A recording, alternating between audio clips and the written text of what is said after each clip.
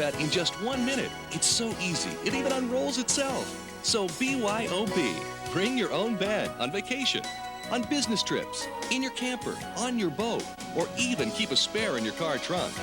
It's like sleeping on air, anytime, anywhere, even every night.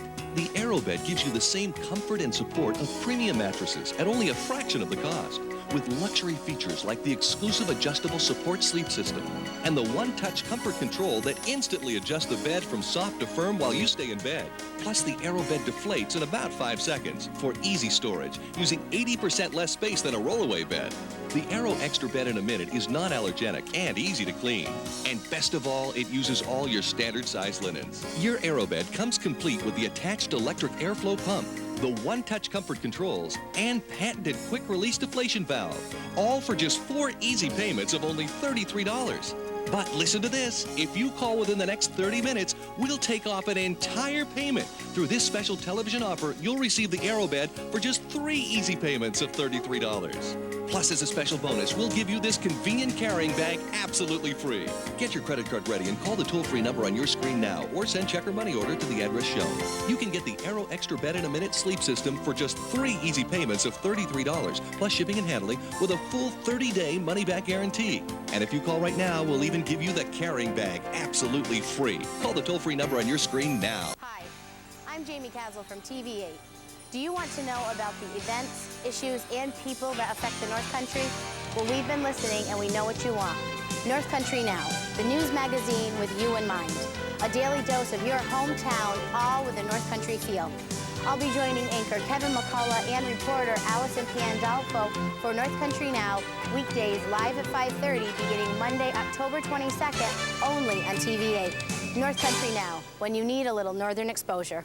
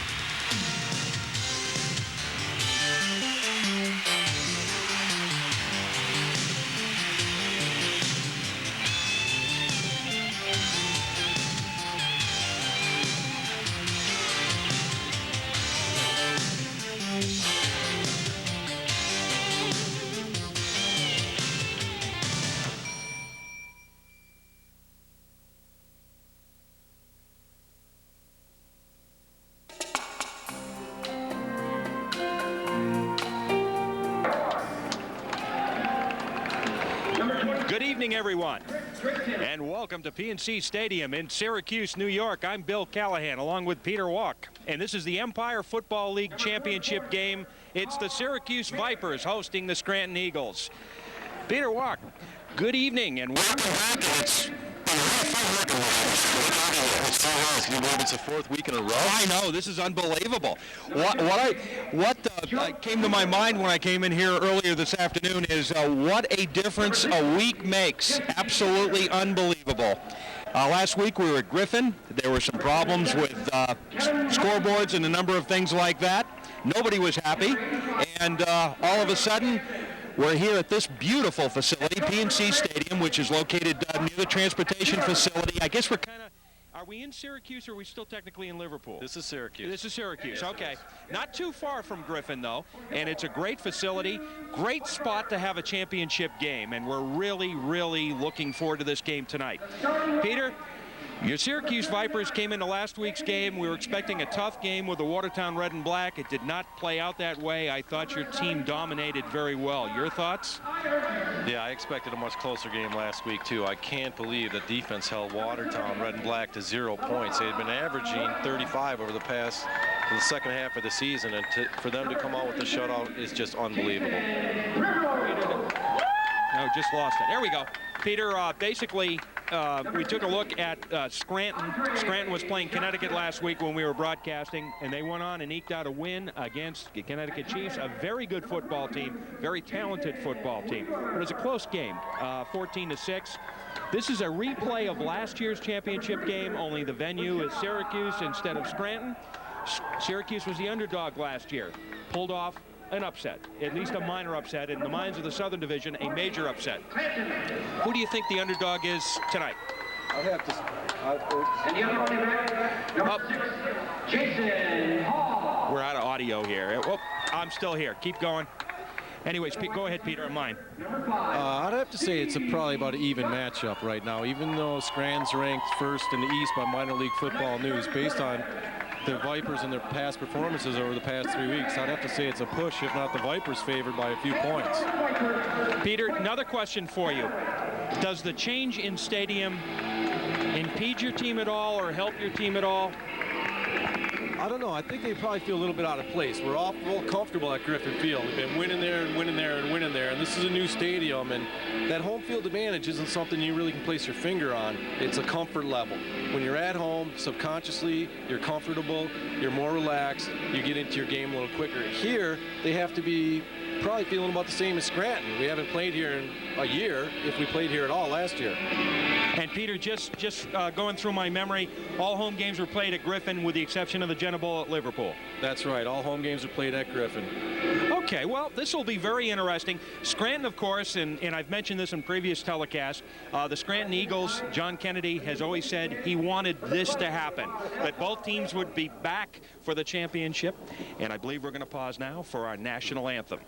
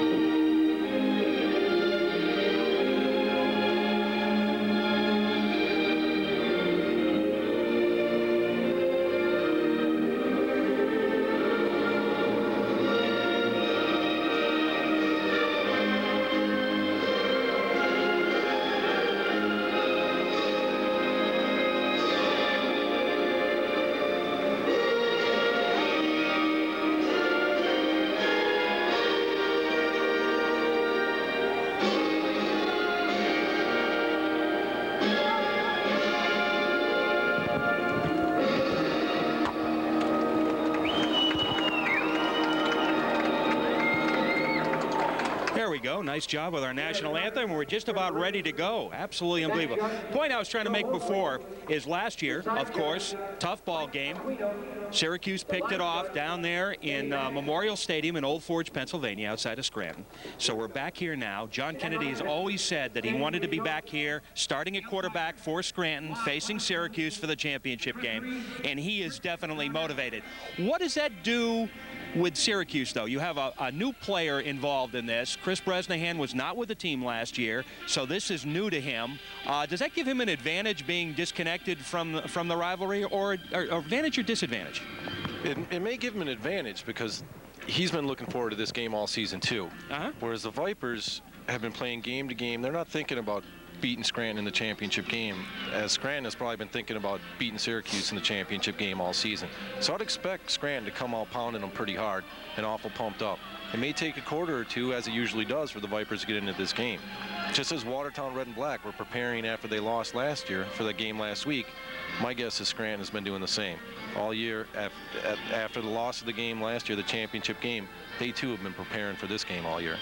Well, it's going to be fantastic. Coach Mark Akura, of course, from the Scranton Eagles, leading his team in here. Very, very pleased with his 13-0 record coming in. They had a preseason win, 10-0 in regular season, and of course 2-0 in the playoffs. And of course, Syracuse Vipers, tough battle at the Jenna Bowl. Their only loss, a win against Binghamton in preseason, 10-0 regular season, 2-0, 13-1 record. This really is the battle of the cream of the crop. It's no fluke, no mistakes, no Cinderella team this year. The two big ones are in it. So we've got Scranton lining up here. They're wearing the white jerseys with the white helmets and the eagle on them with the red pants. They're looking pretty sharp. And of course, the Vipers in the very familiar purple. And this is a beautiful stadium. I just can't tell you how nice this is. Absolutely fantastic. Beautiful night for football. Just a slight nip in the air, but very comfortable. I have my coat on just in case. And the teams are ready to go, and the crowd continues to pour in. Looks like there's more here than there would be at Griffin. Safe statement. Yeah, I think there is. I think it helps having the concessions and having all the amenities of a big-time stadium. People feel a little more motivated to come out and watch the game that way. Okay, Trevor Barbano going to be kicking off for the Syracuse Vipers. And looking deep down here for the Scranton Eagles. Trying to get a gander at the numbers right now. I believe it's Ruben Sherman, but I'm going to double check here in a minute. We're just off. Barbano's kick is up. It's pretty. All the way back, fielded at the 17, over the 20, the 25, out to the 30, 35, still on his feet, up the 40-yard line. It'll be 1st and 10 Eagles. That's a good start for Scranton, getting out to the 40-yard line. They got to be excited. No mistakes. Everything nice and clockwork so far, so it's going to be 1st and 10. We're going to see John Kennedy, number 17, the great quarterback, 19-year veteran in this football league. All of it with the Scranton Eagles. Great quarterback, great leader. John Kennedy has the presence of a quarterback even when you're talking to him on the phone. Yeah. He really does. You're talking to him and it's like, okay, that's the quarterback. I said, yes, sir, yes, sir. Okay, sir. What would...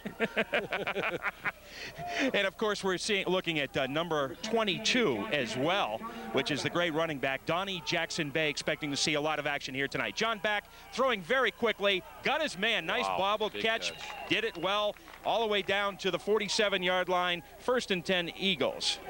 I thought they'd come out throwing because John's got to have in the back of his mind those interceptions at the end of the game last year. He needs to get in a good groove here so he can put that behind him. Tim Brown, the receiver, Kutztown State graduate. He's in the game, and he gets a first catch. Great second effort on that. They're placing the ball right now about the 46.5-yard line. 1st and 10 Scranton Eagles. First game against a Northern Division opponent, of course. And wow, that's Wilford Stevens. Beautiful job by Wilford, nailing Donnie Jackson Bay deep. It'll be about a 3-yard loss. They're going to place the ball right at midfield. 2nd down. We're going to call it short 13 for the Eagles. Looks like Wilford forgot his red socks this week. He's always got those red socks over his shoes going halfway up his leg. He's just got red shoes on. Oh, okay. All right. From all indications on that first play, though, it's not a jinx. How are the Vipers this week, Peter? Are they overconfident at all, or are they taking this one real serious? I'll admit I sensed a tad of overconfidence. Yeah? Yes, I did. Coaching staff, players all around. You talk about not being too confident, but it's tough after you've been pounding everyone in the playoffs. Oh, definitely. Kennedy from the shotgun. You can hear him from up here. He gets it. Oh, hit while throwing. Incomplete pass. And he's lucky that was incomplete. And that's Marquise Johnson, the same player that forced him to throw a 10-yard flutter ball at the end of the game last year for Rashad Porch to return for a touchdown. There we go. 3rd down and about 13 yards to go. We're here at PNC Stadium in Syracuse, New York. The Empire Football League Championship game. Peter Walk and Bill Callahan. Beautiful night for football. This is a big game. 13 teams started the season. We're down to 2 right now. Eagles with a great tradition. John Kennedy, of course, the leader, 19 years. Handoff to Donnie Jackson-Bay and nailed deep in the backfield once again. That is not working. There are 4 or 5 missed tackles on missed blocks on that. That's not quite working the way they wanted it. By the way, interesting note, John Kennedy starting in his 13th Empire Football League That is just championship. incredible. Isn't that unbelievable? John Kennedy's the all-time leading passer in minor league football by far. By far. If you see the stats on a website or in the minor league football stat book, the next player is 7, 8, 9,000 yards behind him. He has over 17,000 yards, maybe 18 now after this season in his career. And a little caveat to that, too, that it gets me very excited. He's done it all with one team, and a couple of those guys in that top 5 area have done it with 2, 3, 4, and 5 teams. I think that makes it even more special. Here we go. It's Richard Jones back there to receive the punt. Taking the snap. I'm sorry, Joe Roy Baker. Joe Roy Baker out of bounds at about the 21, 22-yard line. It's probably a smart idea. Every time Joe Roy gets a punt in his hands, he can fly. He's a young kid, 19 years old, out of Auburn High School here, and is one of the kids the coaches are trying to place in maybe a Division II or Division III program next year. And remember, folks, Empire Football League, although minor league, is amateur in status. These players do not get money for playing football, and that's very important so that they are able to play in this league and play college ball, or play in this league and then go on to college. Very important. A lot of people call it senior amateur, but it is minor league. There's no question about it. Yeah, and despite all the finger pointing, when your team's getting beat or other teams maybe get a few of your players, it's easy to say, oh, they're paying him. But there's been no proof of that. No, nothing at all. And really, the financial model would not work for most teams. They start paying their players, the team would not last. 1st and 10, number 12, Bresnahan with that bobbled snap once again, Peter. Boy, that plagued them last week. They were lucky in a 20-0 win with a couple of those last week. Very lucky. I'm trying to see if it's Andre Johnson or John Cottrell in there at center. When Cottrell's in at center, I can't remember one fumbled snap this whole season. Once Andre came in, they've had some problems. As far as blocking on the run and pass blocking, Andre's a much better blocker. But John Cottrell's and Bresnahan just have that chemistry between the center and the quarterback.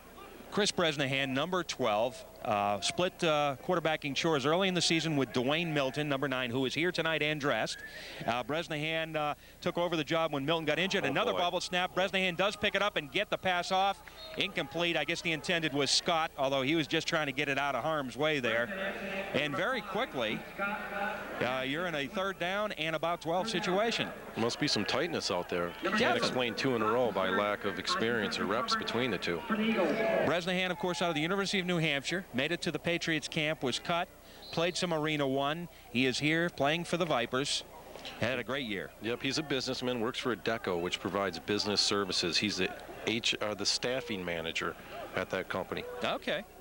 Had the head coach of the Albany Arena 2 team ask about him on Thursday. Oh, good. Yep. This time Bresnahan from the shotgun. He's back. He's looking. Oh, overthrew his man and almost picked off. Yeah, it didn't look like the receiver, Michael Gretton, there was turning around for the ball. Maybe there was a blitz on and the receiver didn't read it. Anyways, looks like 4th down. We're definitely in a punting situation. And Bresnahan, of course, number 12, also the punter. Yeah, you think he'd be good in Arena. He could even play defense for Arena. I know the quarterbacks don't do it. But on the few occasions when he does throw an interception, it's just amazing to watch him run down the field. He's the first one to hit the guy. 4th and 12. It looks like he'll be hitting that ball at about the 12 or 13-yard line. Scranton better back up. He's a good punter. Oh, no. Not bad. Dropping all the way down, out of bounds at about the 45-yard line, where it looks like John Kennedy and the Scranton Eagles will have another opportunity. We have no score here. Lovely scoreboard, by the way. 11 minutes to go, 1st quarter here. Onondaga County, New York, Syracuse. We're at PNC Stadium. Great facility. AAA baseball stadium for the Sky Chiefs. Yep, the Sky Chiefs. I haven't been to a game yet. I'm not much of a baseball fan, so it's my first time in the stadium, too. In fact, until the middle of last week, I thought this was a dome stadium. Until my girlfriend said, no, it's an outdoor stadium. Learning experiences, though, are always good, aren't they? Very good. I love it. I'm glad it's outdoor. Yes, definitely, especially on a night like tonight. Ball right now actually at the 41-yard line, 1st and 10. Here, John Kennedy calling the signals from up here and drew them off sides. Yeah, he did. There was no movement on the Scranton line. They were like a rock, which is great. Well-disciplined squad. Sometimes you hear they're not practicing hard enough, and it's very hard for these guys to practice. We mentioned their payment status.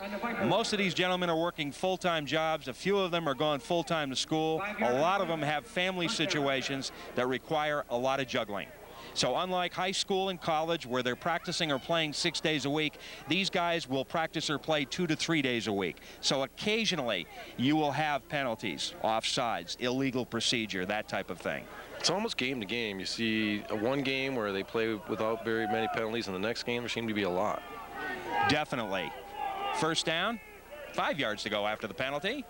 He's handing it off. Looks like Donnie Jackson-Bay's got it. He's driving over the 30 down to about the 27-yard line. Boy, he carried the Viper defensive back there for about 4 or 5 yards. I can see why. He's the leader in the South, right? He sure is. He's leader in the South. And, of course, he's had a great career, and he's really made a name for himself in this league. Did play with the Indoor Professional League out in Superior, Wisconsin. He did, huh? Yeah, what are the two border towns? I'm sorry. Superior and Duluth. And Duluth, that's right. Superior and Duluth. I'm not a genius. I just grew up in Wisconsin. That's why I know that. Well, I knew as soon as Wisconsin came out. I saw your eyes lit up. Yeah, I said, oh, boy, we got him now. Here we go. Okay, 1st and 10 to go. John Kennedy's got him down in definite field goal range right now, but we still have no score. 10 minutes, 10 seconds. Clock continues to run here. Empire Football League Championship game on WNCE North Country 8. We have a chance to thank our sponsors in a moment. Kennedy under pressure. Oh, he coughs it up. Oh, Brian Huggins. Huggins is moving. No flags. He's all alone. In for a touchdown. And ouch. I did not see who got that sack, but Kennedy did not see him coming. No, he wrapped sure him up did. right at the ball level, grabbed him at the chest, dropped his arms down to pop the ball out. And just like that, 6-0, and wow. And Kennedy's still looking over there, and he's not happy with that, but a great leader. He'll shake it off, go back to the sidelines and say, we're going to get him the next time. They got the initial rush, but the second rush came so quickly thereafter, he didn't have time to gather up and throw the ball. Okay. The Viper defense is just unbelievable. Like, you can't find a metaphor, an adjective to describe the way they played over the last month of the season. Well, I'll tell you something, Peter. That was very big, and drawing first blood like that and doing it in a shocking manner. Of course, this is a veteran squad you're playing. They will be up to the task. I always like to go back, and I mentioned it the last game, Peter. They were down 12-0 at Orange County, beginning of the 4th quarter. They came back to win 19-12. This is a great team. They can do it. They don't get rattled easy, but if they're going to get rattled, you just made the first step right there. They're big. They're as big as any team in the North as you look down their line. Or maybe it's just a perspective from up here, but they look big as any team that we've played this year. They definitely have great size. They always have. Trevor Barbano on for the extra point, trying to make it 7-0. Snap is down. Kick is up. It's blocked. Moral victory there. Looking for a flag on the kicker. But I don't no think penalty. you can have one, Trevor, if it got blocked there. Yep. So there we go. So it remains 6-0 here in the 1st quarter. Like to mention our great sponsors, Double L Electrical Supply, Dan and Ginny Lambert. We thank you for your great sponsorship all year long. And of course, Tribune Media Service and TV Data together, delivering TV listing information to the entire world.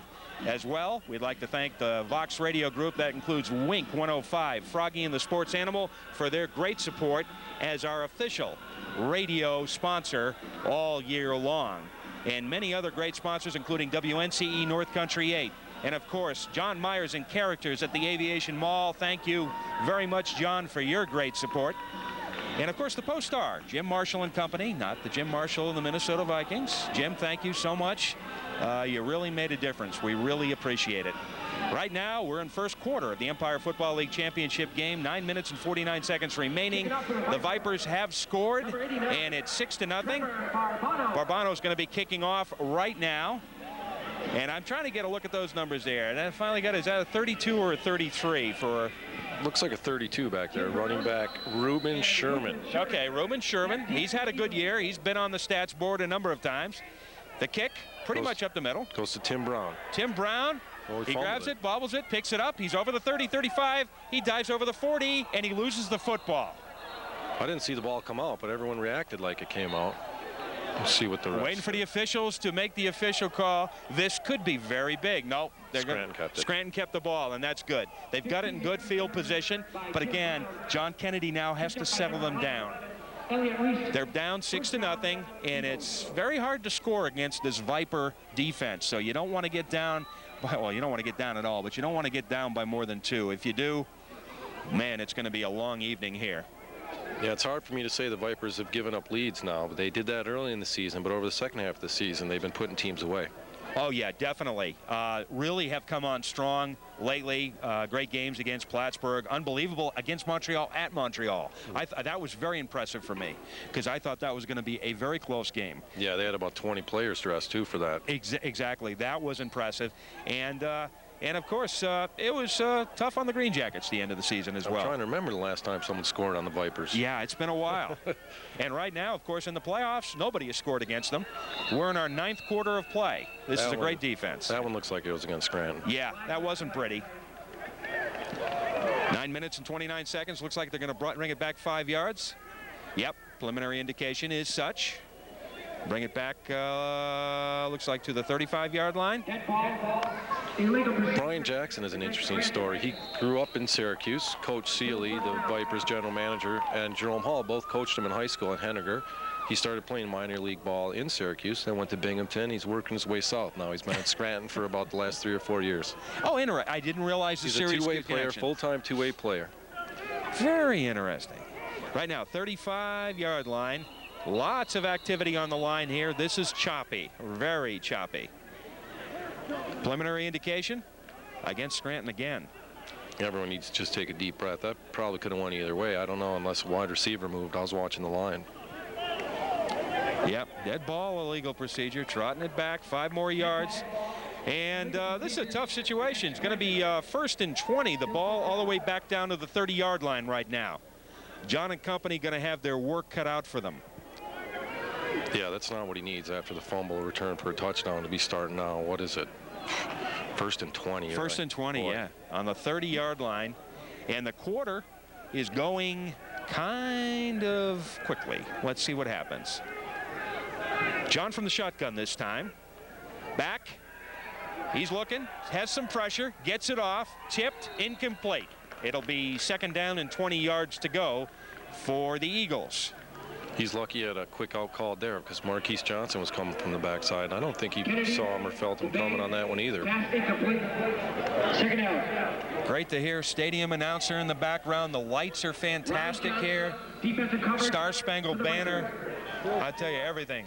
That's the Viper PA announcer, Rocco Cabron. Rocco Cabron. With a name like that, you were born to be a PA announcer, I think. You betcha. I like Rocco. He's a good man. He is good. Very helpful, shares information. He's a team player. Here we go. Big one for John right now. 2nd down and 20 from the shotgun. Hasn't been able to do anything yet here. Let's see what happens. He's got time. Throwing from the shotgun. Overthrown. Oh. And he was actually in traffic, and we have a flag on the play. And that looks like Brian Huggins wasn't even watching the ball. He was just looking to make a hit. If he wanted to hit the guy, he could have disguised that a little better and probably would have drawn a flag. Well, here's the other thing. When you're dominating so far in a game like this, none of that's necessary. This isn't close enough yet or well along yet to waste a penalty on something like that.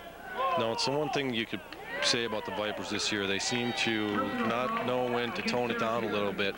And when they're out by a touchdown or two, getting a few personal fouls, personal roughing the kicker penalties, things like that, turn the game around and let teams back in it. Well, this is a 15-yard penalty, and when you had Syracuse deep there, looking like it was going to be 3rd down and 20, it now becomes 1st down, and the ball's at the 45-yard line, and all of a sudden, a new life for the Eagles on this drive. And again, we haven't seen much from the Eagles offense yet, but it is early. But, boy, I'll tell you, this is a tough defense. I spoke with Coach George Ashcraft of the Watertown Red and Black. He said, that secondary and those linebackers, man, oh, man. And, of course, he's speaking about the great Syracuse Vipers defense. Kennedy, quick one from the shotgun. Ooh, incomplete. But, wow, Tyrone Wren almost had a pick there, but he grabbed it out of bounds. Brown was really trying hard in traffic to pick that one up, but just couldn't. Tremendous coverage, Peter. I know there's not a ton of tape sharing in the league, but it just puzzles me why teams always try to go down the sidelines on the Vipers. If you did have a tape of 2 or 3 of any games, you'd see the weakness for the Vipers is down the middle. Down the middle. Unbelievable. Well, here we go. Second down and about 10 yards to go. Ball remains at the 45-yard line. 6-0 the score. Bill Callahan and Peter Walk. We're at PNC Stadium in Syracuse, New York. The Empire Football League championship game. And, not too good. Not too good. Just isn't quite working for the Eagles right now. Definitely going to have to be some adjustments, Peter. Well, they didn't have to travel that far. I thought Scranton was farther, but when I talked to John Kennedy on the phone this week, he said, no, it's only a couple hours away. So they're not going to be suffering from bus lag tonight. No, and they got here early. The team was here at about 4 o'clock, and they were watching film, and they were, doing things as a team, getting ready mentally. I thought they were in a very good frame of mind when I talked to them on the sidelines about 90 minutes before game time. But so far, it hasn't played out that way on the field. Syracuse right now dominating the Syracuse defense. Unbelievable. Remember, this is the 9th quarter so far without a score against them in playoff play. John back from the shotgun once again. He's got time this time. Tries to get his man overthrown. Well protected and covered anyways. Number 86. And that, of course, is Jason Purvis. Jason Purvis, interesting story, was hearing from Commissioner Butch Keller. Commissioner Keller coached him in high school. He had trouble seeing, couldn't catch a lick, and got some contact lenses for him. Turned his whole life around. He has had a tremendous year for the Scranton Eagles. Great receiver, and other work as well, including some kicking. And that can happen even at the professional level. Leroy Butler started to slip a couple years ago for the Packers. They fitted him with the new contacts, and the next year he made All-Star again. Absolutely unbelievable. Something as simple as that.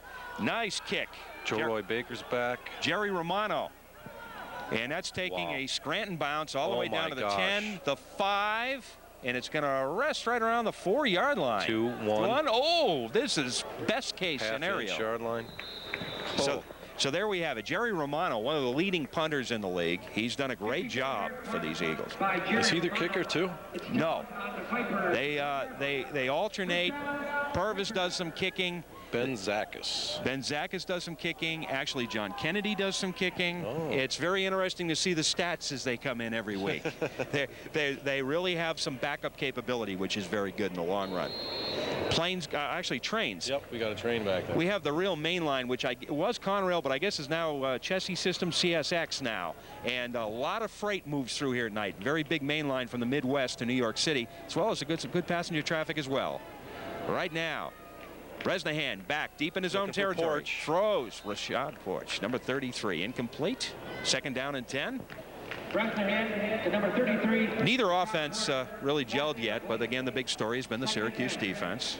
No surprise. Maybe the Viper offense won't have to if the defense scores a couple of touchdowns. Yeah, I was just going to say, wow. But it's hard to imagine they won't with Rashad Porch, Steve Scott, Jason Weaver, running back of Jason Hall, and Marty Clanton. Thing that amazes me, seeing the statistics from all the teams every week, is nobody and the Vipers usually has a stupendous game. Everybody just has a good game. Yeah, it's been rare that someone's gone over 100 yards, either catching or running. Bresnahan, quick throw. Incomplete. He was right in his hands. Scott jumped right up. That'd be the guy to rattle if you want to make someone start to short arm his catches. It'd be Steve Scott if you're Scranton. Steve Scott, great talent. He's had a stupendous year, not only as a receiver, but as a returner. Man, he's had some great runs. He played defense in the Montreal game, too, and ran an interception back 105 yards for a touchdown. Man, oh, man. Great player. What are we, 3rd and 10 situation right now for the Vipers, deep in their own territory. They have a 6-0 lead here with 6 minutes and 50 seconds, and one of the big freights going by in the background. He looked to Porch, he looked to Scott, probably looked for Jason Weaver on this one. 42, the tight end down the middle. Weaver, consistent, good game after game after game. Throw. Ooh. Incomplete. That was Johnny Anderson, number 4. Bresnahan was a little pressured and threw it a half second earlier than he wanted to. Johnny didn't have enough time to spin around on the ball and catch it. Peter, let me ask you a question, and this is a question I never asked the players before a championship game, but how many of these guys do you think are looking for a crack to the next level, or are a lot of them just rooted here and just love playing minor league ball? Well, how many guys are looking for one and how many guys have a legitimate chance? Yeah. Two different answers. Quick punt by Bresnahan. It was good to get it off in his own end zone. Taken at the 32-yard line. It'll be 1st and 10, Scranton Eagles. I'd say at least 3 guys on the Vipers: Steve Scott, Chris Bresnahan, and Scott Irons. Scott Irons. A legitimate chance at making the next level, Arena 2, Arena 1. There's another 3 or 4 guys that are working hard to try to get that opportunity, putting tapes together, working with people that know people in the league. I'm not sure if there's agents at this level of ball. There's guys that specialize in this particular area, and what they'll do is they'll kind of cast the net and get 10 or 11 guys from this brand of ball and look for the breakthrough. It can be a labor of love too, because even if they sign at Arena 2 or Arena 1, the agent's cut or commission is not going to be great. Right. Kennedy overthrowing his man, incomplete, 2nd down and 10 yards. Tim Brown, number 9, was the intended receiver. Elliott Reese on the coverage. Kennedy getting instructions from the sideline. He's been in this situation before. I'm sure he is not rattled. They have a plan. Scranton Eagles would love to win this one and put together a undefeated 14-0 season with an Empire Football League championship. That's right. Whoever wins this will win the league undefeated. Yeah, that's unbelievable. So nice to see Scranton, a team from the South. Yes. Yeah. Saw Binghamton early in the year, but just read about them in the paper or on the websites. That's all I know about them. Ball at about the 31.5-yard line. Donnie Jackson Bay, he finds a hole, believe it or not. There wasn't much of a hole there. I hate to think what he'll do if he gets a big one. Just going to say he's a great one. It makes it about 3rd and a long 5, maybe about 6 yards to go, actually. A couple of changes in the players. Donnie Jackson Bay. That indoor professional league a couple years ago had a number of players from the Empire League, including Jeff Higgins, who played for the Green Jackets, now playing Arena 2, or at least under contract this past season to Macon in Arena 2. So a number of guys have found some very good life in the professional ranks of indoor football, which is an ever growing league.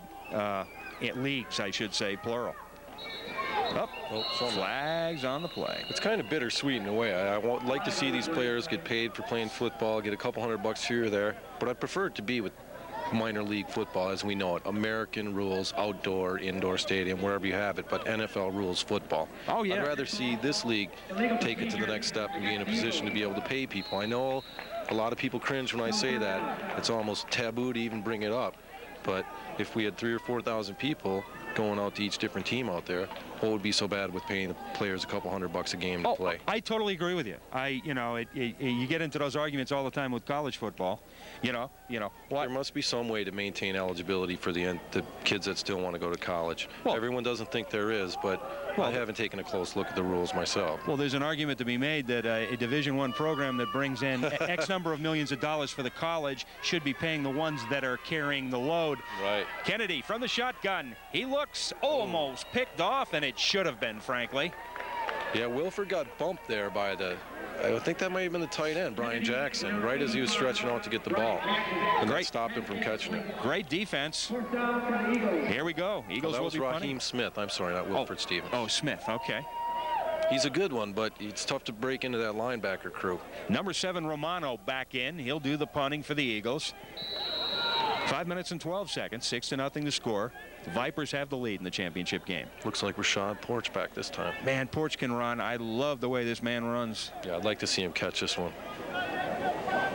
Probably in that range that there won't be a run back, though. They'll either angle it out of bounds or boot it in the back of the end zone. Yeah, definitely, if they are smart.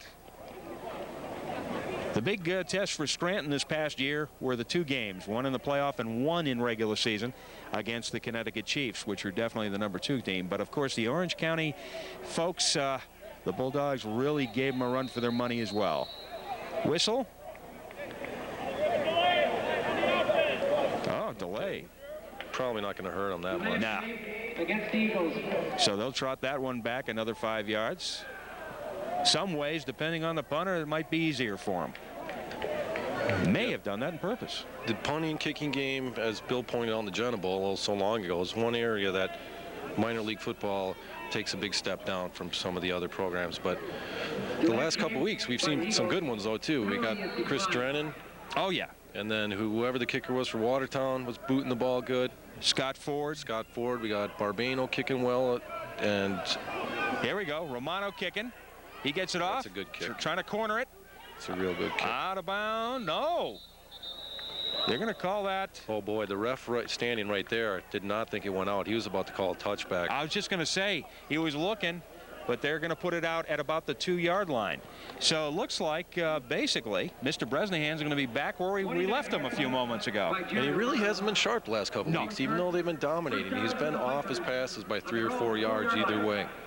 Well, let's see what he can do here. Of course, he has to be somewhat cautious. Got to stay away from screen passes when you're deep in your own territory. They can be picked off. You can't spend too much time. You could be dropped for a safety. So your options dwindle here. Like to see some of your running game come alive here. Need to get it out about 5 to 6 yards. Give them room. They're going to try it. It's Jason Hall running around the right side. Nice run for Hall. Yeah, that's good. Gets it out to about the 5 or 6 yard line. A little more room to drop back and pass without the fear of a safety. Scranton Eagles, of course, we all saw the Scranton Eagles every year up until 2 years ago when we were one division for a while. And then we went to 2 divisions, splitting into North and South. And the only time we would see a Southern team is in the final championship game, or if you happen to schedule a preseason game against them like you did with Binghamton. The Glens Falls Green Jackets, have not played a Southern Division team since we played the Scranton Eagles in the playoffs 2 years ago in a tough battle that unfortunately we came up 8 points short. Bresnahan, a little breathing room, not quite as bad from the 5-yard line. He's under pressure. Steve Scott on the sideline. Scott's got it. He bobbles it. He holds on to it. Oh, called him out of bounds. If he would have caught that cleanly, he was gone. Well, I got to give him a lot for sticking with it, because that was one of those that could have easily either not been caught or caught out of bounds and incomplete.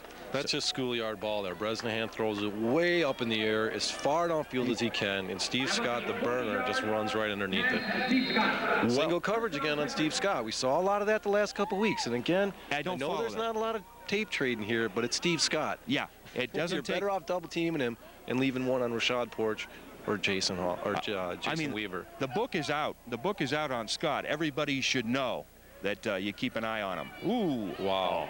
Thrown way back. And a flag. It looked like a hold there on number 70 on the Vipers. So they bring on right. They bring Hall down about the 35-yard line. Shahid Mitchell, there is a flag on the play. Looks like they're going to decline it, but let's see what happens. Yep, they're going to take away the down and take the loss. Ball will be at 36.5, almost 37-yard line for the Vipers. Good movement this time. Chewing up the clock as well. 3:44 remaining. It is Andre Johnson at the center. Okay. Looks like they've calmed down on the snap. They've had clean ones this set anyways. Yeah, boy, I tell you, that was a rough start. Yeah, rough start, and you know, a couple rough ones last week against Watertown. Bresnahan taking the ball from under center. He's back. He's looking. He's got time. He's got his man. And that's a tight end, Jason Weaver. Weaver. And a little bit of extra pound in there. Boy, I didn't see that. What happened there? I think there was kind of like a second after the guy was down. And that'll add 15. They didn't. Scranton does not need that. So this will trot this one on.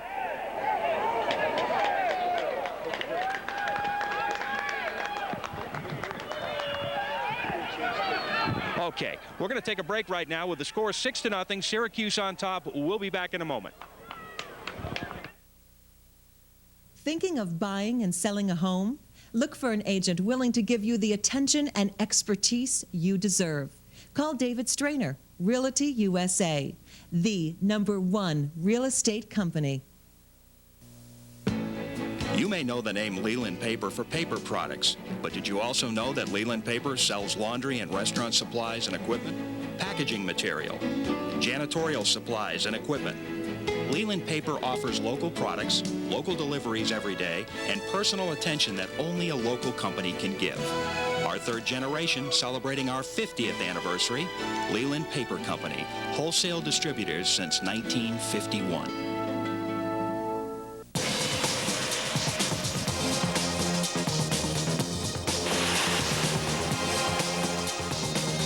Feeding over 70 million desperately hungry people on 5 continents takes expertise, dedication, and the ability to get around any obstacle. At WFP, when it comes to feeding the world's hungry, we move mountains. World Food Program, feeding the world's hungry.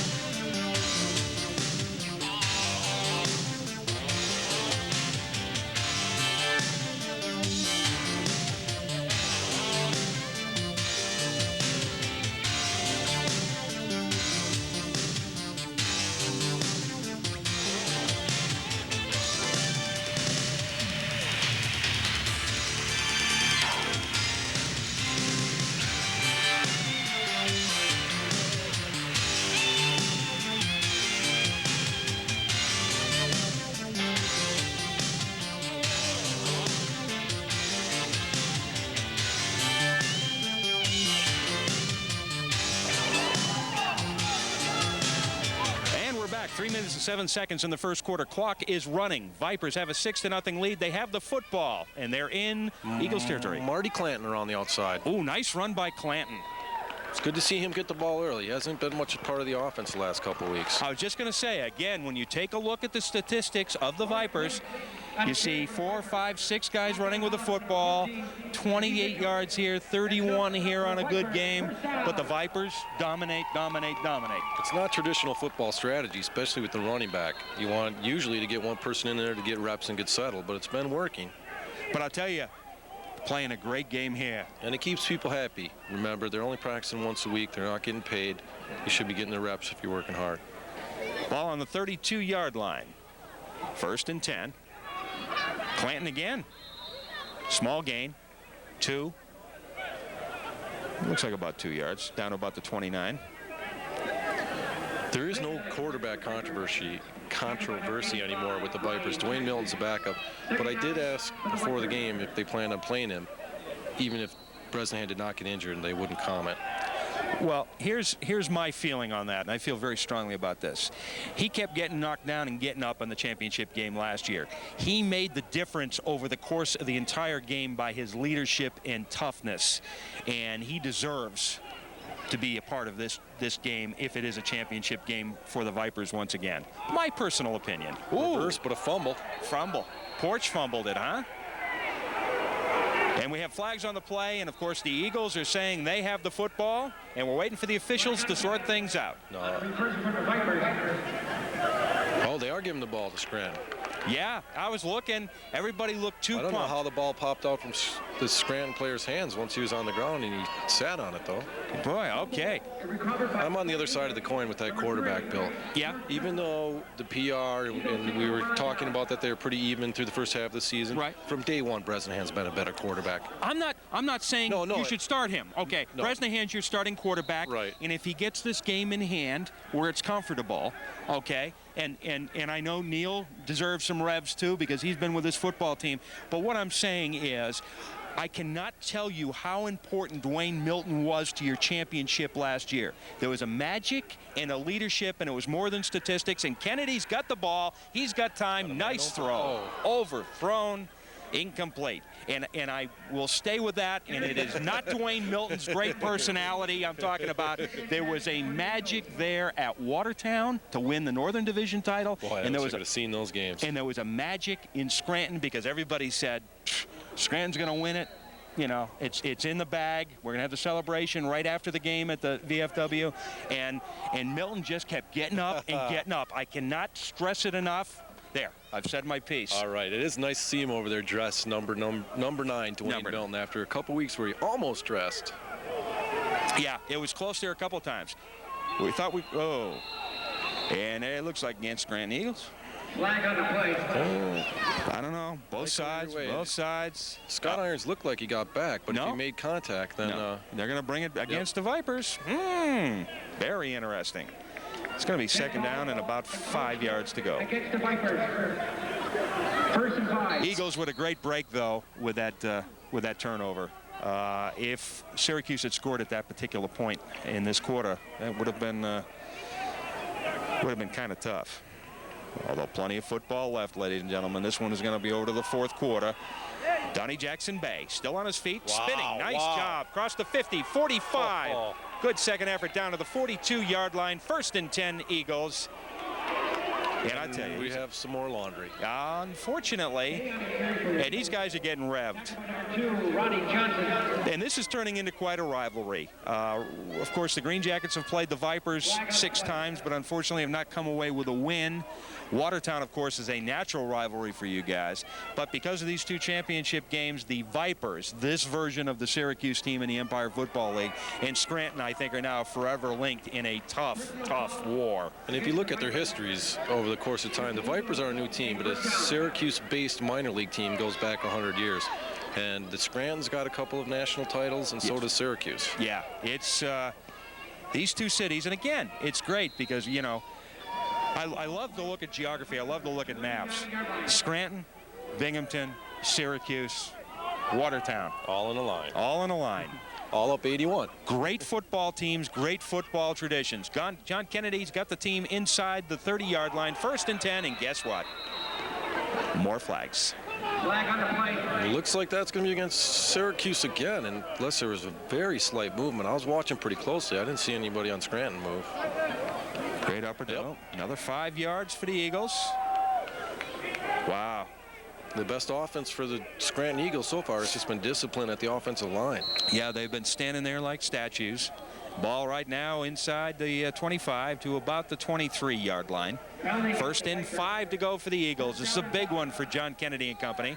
That was a little ragged start, and that's against the Eagles. That's going to be against the Eagles, yeah. I want to see Donnie Jackson-Bray run a couple more times. Yeah. That last spin move. Oh, wasn't that beautiful? Boy, 3 Vipers were standing there wondering where he went. He was cutting back across the middle, 15 yards downfield before they even turned around to see him. Boy, these penalties are pesky, so they're trotting that one back. That ball, illegal procedure. And we got first and 10 again. We've been here a couple of times before. Ball right now at about the 29-yard line. 40 seconds, 39. Clock continues to run here in the first quarter. We will be taking a break at the quarter as well. We'll keep a chatting. Very good. Thank you. Just double checking. Had kind of a long quarter due to penalties and the way the game's been called. Kennedy back. Nice pass. Nicely defended. Incomplete. Yes, that was. If he wouldn't have been right on then, that was a perfect pass. That landed exactly on the sideline. Beautiful accuracy by Kennedy there. It's just too well defended by the Viper defense. Back Elliott Reese. Number 11. And we have a number of substitutions for the Scranton Eagles. Scranton Eagles trace their roots back to the very early 1980s, this rendition, but then you go back to the early 1970s in the Empire Football League when the Lackawanna County Eagles were a part of this great football team. Boy, I'm glad I'm not announcing that game. It's just hard to get out of your mouth. Rashad Porch came in as an extra defensive back, and Terry Morgan, the linebacker, left the field. Kennedy from the shotgun. Nice fake. Beautiful fake. He's good at that. That's why we're up here, though. It didn't fake off the defensive lineman of the Vipers. No, that's for darn sure. What was the nickname for that Lackawanna team? They call them the Lacs or something? The Lacs? Yeah. Oh, you know, I don't know. Oh. I mean, it was kind of, it wasn't before my time, but it was before my kind of serious time. You know what I mean? There was still a little haze then, you know? 70s were good years, though. It's amazing to look back in the history of minor league football in this region, central New York region. Every little town had a team at one point. Oh, it's fantastic. You come out on the throughway. We're not taking a break right now. We're just going to follow as the teams change sides here to begin the second quarter. 6-0 the score. The Vipers on top in this Empire Football League Championship. But you pass the sign for Frankfort, New York on the way this way. Frankfort, New York had a great minor league football team. Fantastic team. But of course all the cities did, including Utica. Utica had many great teams like Syracuse did, and of course Amsterdam, Johnstown, Gloversville. Of course, the Albany area was rich with football tradition. The North Country is sprouting more and more teams. There's rumors to be a team going in Messina and Ogdensburg probably next year, which would be great. Of course, the Watertown Red and Black have been there forever. There was a team called the Messina Warriors many years ago that were a great football team, and I'll get back to that thought in a moment. Beginning of the second quarter, 6-0 to score. John Kennedy with his Scranton Eagles. He's looking. He's got a man. He's got him. It's complete inside the 20 to about the 18-yard line. First and 10, I think first and 10 is going to be pretty close, actually. And that was Jason Purvis. Jason Purvis. About earlier. First down. Purvis, man, he's got great hands. And again, you watch the statistics coming through the fax machine every week. Purvis would have some fantastic games. Absolutely fantastic. Looking down this Scranton Eagle roster, there's quite a few guys that played in college, it looks like. We've got a Penn State, a Temple U. Oh, yeah, definitely. Of course, Pennsylvania, rich with football tradition, and a majority of these players, a majority, not all, are Pennsylvania born and bred. Final score. 6-0 the score. PNC Stadium, Syracuse, New York, is the venue for the Empire Football League Championship. And again, the reason why it's here, some people say, well, because Syracuse is defending. Not so. It happened to work out that way. When we went to two divisions, a coin toss was the deciding point as to where the first championship game would be played last year, and it was in the North, the winner of the North, the winner of the South, rather, and then, alternating to the winner of the North, which is where we are right now. Here we go, coming out of the huddle, first and 10. Ball right now about the 18-yard line. Eagles really want to score. John, long count. Donnie Jackson Bay with the ball, slight gain, and a flag. Boy, they're calling it tight on the line there. Yeah, they really are. I was looking right at the line there. I didn't see movement at all. Everybody looked good to me.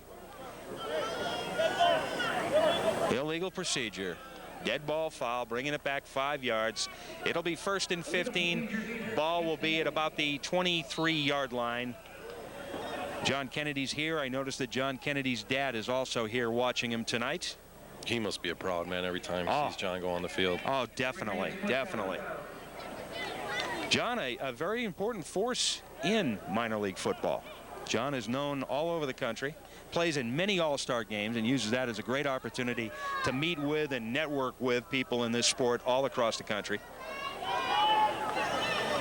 They like to do the snap off to the right. It must be easier for him to catch and throw that way. He's looking and almost peeked off. Wow. Elliott Reese closed quick there. He was 3 or 4 yards behind. I thought that was going to be a completion. I'll tell you, I'm still extremely impressed with your great defense. They've now gone 9 complete quarters in playoff action without a score, although Scranton is knocking. But if they were to keep Scranton out of the end zone right now, wow. That's a reflection of how good they are, how dedicated they are, but it's also a reflection of the coaching abilities of Jerome Hall. Okay. He's a great defensive coach. He just has the utmost respect of everyone. He's got plays. He's constantly thinking, reviewing tapes. Great man. Here we go. Second down, 15 yards to go. Kennedy from the shotgun once again. He's got it. He looks. End zone is the target. Tim Brown, the intended. Boy. Incomplete and almost picked off. Greg Robeson there. Wow. Had to go right through his hands.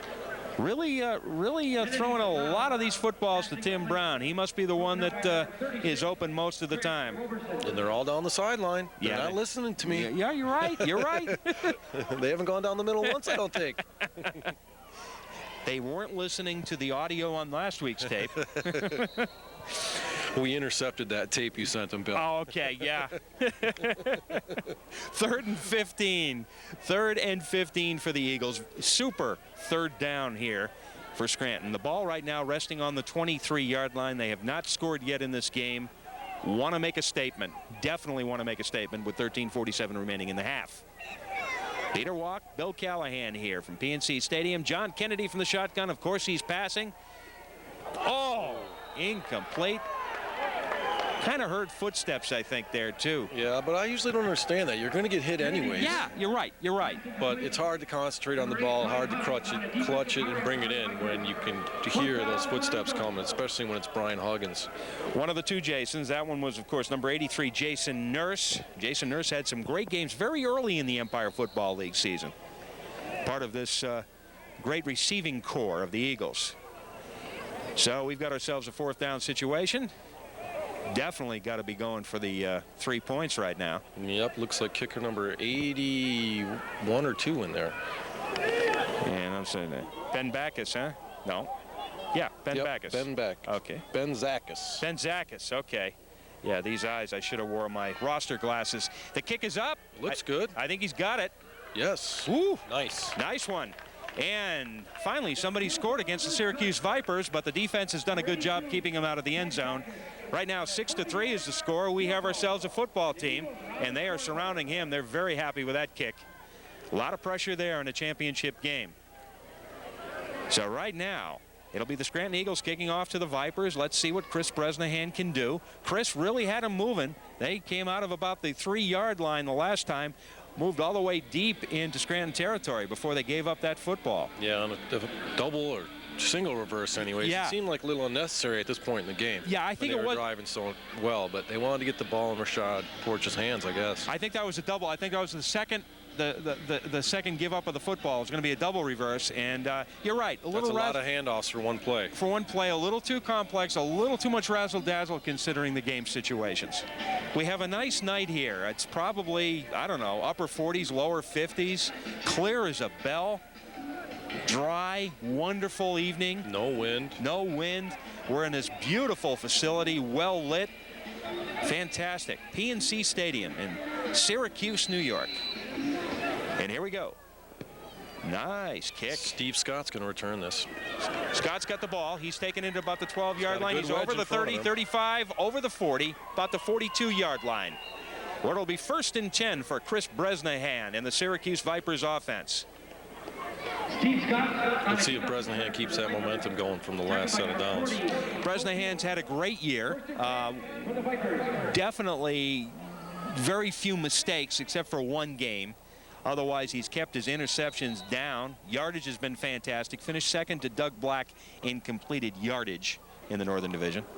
Yeah, and that game was a Jenna ball you're referring to, is that right? Yes. Yeah, he was running for his life that game, too. Yeah. But a couple of his passes, boy, they weren't anywhere near a Viper receiver in that game. Here we go. He's got the ball right now, just over the 40 to about the 41-yard line. 1st and 10. Back. Handoff. 22, Drunnen. And yeah, gain of about 2 or 3. That's Richard Jones, who's come on late in the season for us to perform really well. Great game last week. Great game the week before against the Glens Falls Green Jackets. 12 minutes and 46 seconds. His girlfriend is very active on our website too, by the way. She's constantly posting things about him. Oh, really? He's got his, I call it his personal webpage. I tell you, the birth of the internet has been really something. It's really changed the complaints. It's been great for minor league football. It's been no tremendous. other way I would find out about what's going on up in Plattsburgh. Absolutely Glens Falls, or tremendous. anyplace else. I go way back to the old days before the internet in this game. 47-yard line. Porch in motion. Flag on the play. And again, Richard Jones. He carries the ball for a very slight gain. Nice little stutter step there in the backfield to avoid a big loss. Looks like they're so they're going to bring that one back. And again, we want to mention our sponsors. Dan and Ginny Lambert of Double L Electrical Contractors. They've been in business since 1985 and have been great sponsors of our great roster page on our program, as well as these telecasts over WNCE North Country 8. Another great sponsor. Thank you, Michael Collins, for all the resources and time for these Green Jackets broadcasts, as well as Green Jackets Huddle. And, of course, the Vox Radio Group. That's Wink 105, Froggy and the Sports Animal.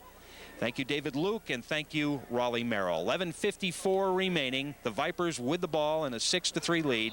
3rd and 4, and we're having a lot of penalties, mostly offsides and procedure penalties here in this first half. It's not two teams that you'd expect that from. There must be jitters, or maybe each team tried to implement a few new wrinkles this week. But that's probably about the 10th or 11th offsides or illegal procedure call. The season finally wrapping up with this championship game here tonight and the Empire Football League meeting tomorrow here in Syracuse. A season that began for many teams with their first preseason game as early as June 16th. So it's been a long year, and maybe if Scranton wins, a team might be going on to the Nationals. Bresnahan back. He gets it off. Picked off. Beautiful job. Number 14. He's all the way down to about the 46-yard line. It'll be 1st and 10, and I feel the momentum turning a little bit. Shaheed Mitchell. And Shaheed had a couple of great interceptions early in the season. Then he had one game where he had about 3 or 4 games to go in the season. Mitchell, D-back, William Allen High School, 5'11", 190 pounds. He really got up for that ball, too. Looked like a power forward going up for a rebound there.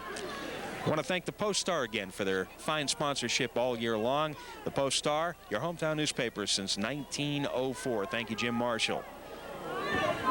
Kennedy back in at quarterback. He's wearing number 17, the 19-year veteran of the Eagles. Handoff, Donnie Jackson Bay. Donnie looking for a hole. He has time to look and still gain, which is very surprising to me. They caught him deep. The Syracuse Vipers defense caught him deep in the backfield the first 2 times he had the ball, but they seem to have shaken that and gotten over that problem. Yeah, this is a big set of downs for the Viper defense here, giving up 3, a nice long drive after the turnover for Scranton. They pride themselves on their ability to shut the other team down when it matters the most. Paul Seeley's really concerned about a close game this past week. I talked to him a number of times about it. They just haven't been in a close game in a while. Yeah, you're right. You're right. It's been very one-sided since about game 6 there for you. Yep.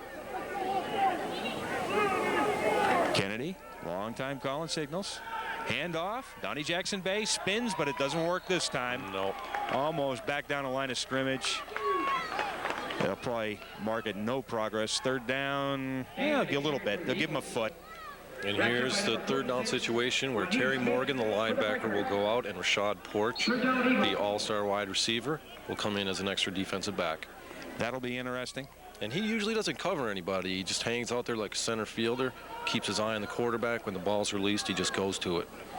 His job is to pick. And we've seen a couple of those the last couple weeks for him, too. Definitely. Kennedy under center. 3rd down and about 8 yards to go. Time out.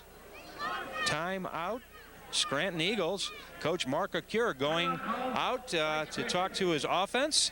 That was very interesting. I don't think Mr. Kennedy expected that timeout to be called. No, he did. He was very surprised, especially when they had Brian Jackson in motion, and the only guy over there to cover him was Rashad Porch. There's a difference there of about 2 feet and 200 pounds. Boy, that is strange. Head coach calling a timeout from the sidelines just as the ball was ready to be snapped. Looks like he called him more to talk to the ref than his team. Want to let you know, ladies and gentlemen, this game is being brought to you by some fine sponsors, including John Myers of Characters in the Aviation Mall. Thank you, John. Tribune Media Services and TV Data, bringing you TV listings to the world. As TV gets more complex, thus those listings become more important.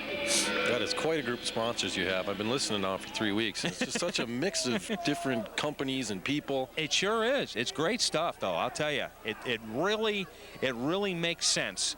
Ball right now at the 44-yard line. Kennedy will try it again. Jackson Bay with the ball. Spins back. Oh, He's boy. still on his feet. Kennedy looking to block for him. Jackson goes up the middle for a slight gain, if maybe a yard. So it's going to be a big 4th down right now for the Eagles. They're not in field goal range. They may be in that range, though, that, at this point in the game, though. I'm a little conservative on my football tactics. I don't think I would go for it here. We just had a hello from Bruce Greishaber, president of the Jenna Foundation, who's the big sponsor, of course, for the Jenna Bowl.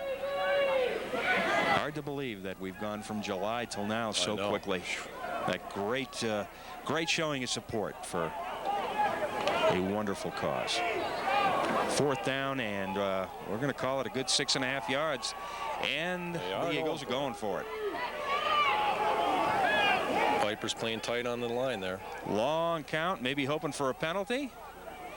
Looks like John Kennedy's changing the play at the line. Jackson Bay changing position, and I guess they wanted to draw him off sides, and that didn't work, or he saw something he did not like. Yeah, it didn't look like he went up there. If they had planned to draw him off sides, he would have went up there with a hard count from the start. There looked like some confusion there. You're right, absolutely right. Although smart not to go through it.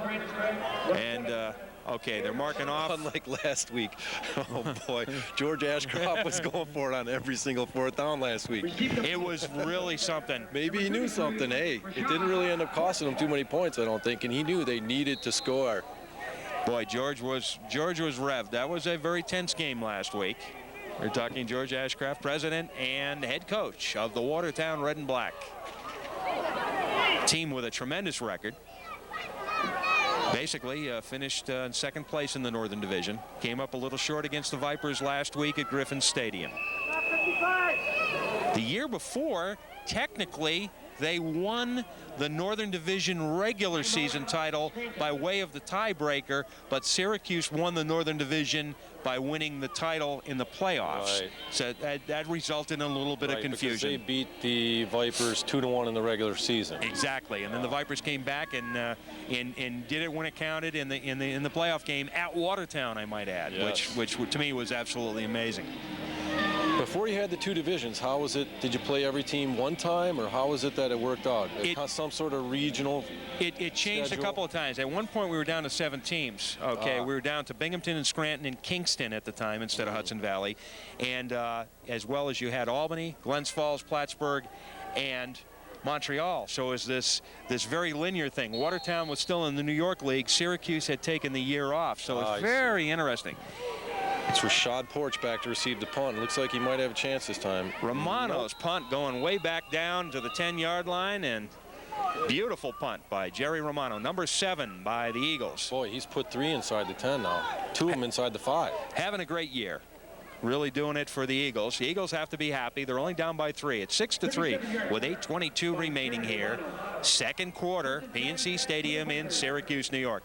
Now, it's very exciting for me to be here because there are 4 stadiums that you expect to do a football game in the Syracuse area. The Carrier Dome, which I had the privilege of doing high school playoffs on Channel 8 a number of years ago.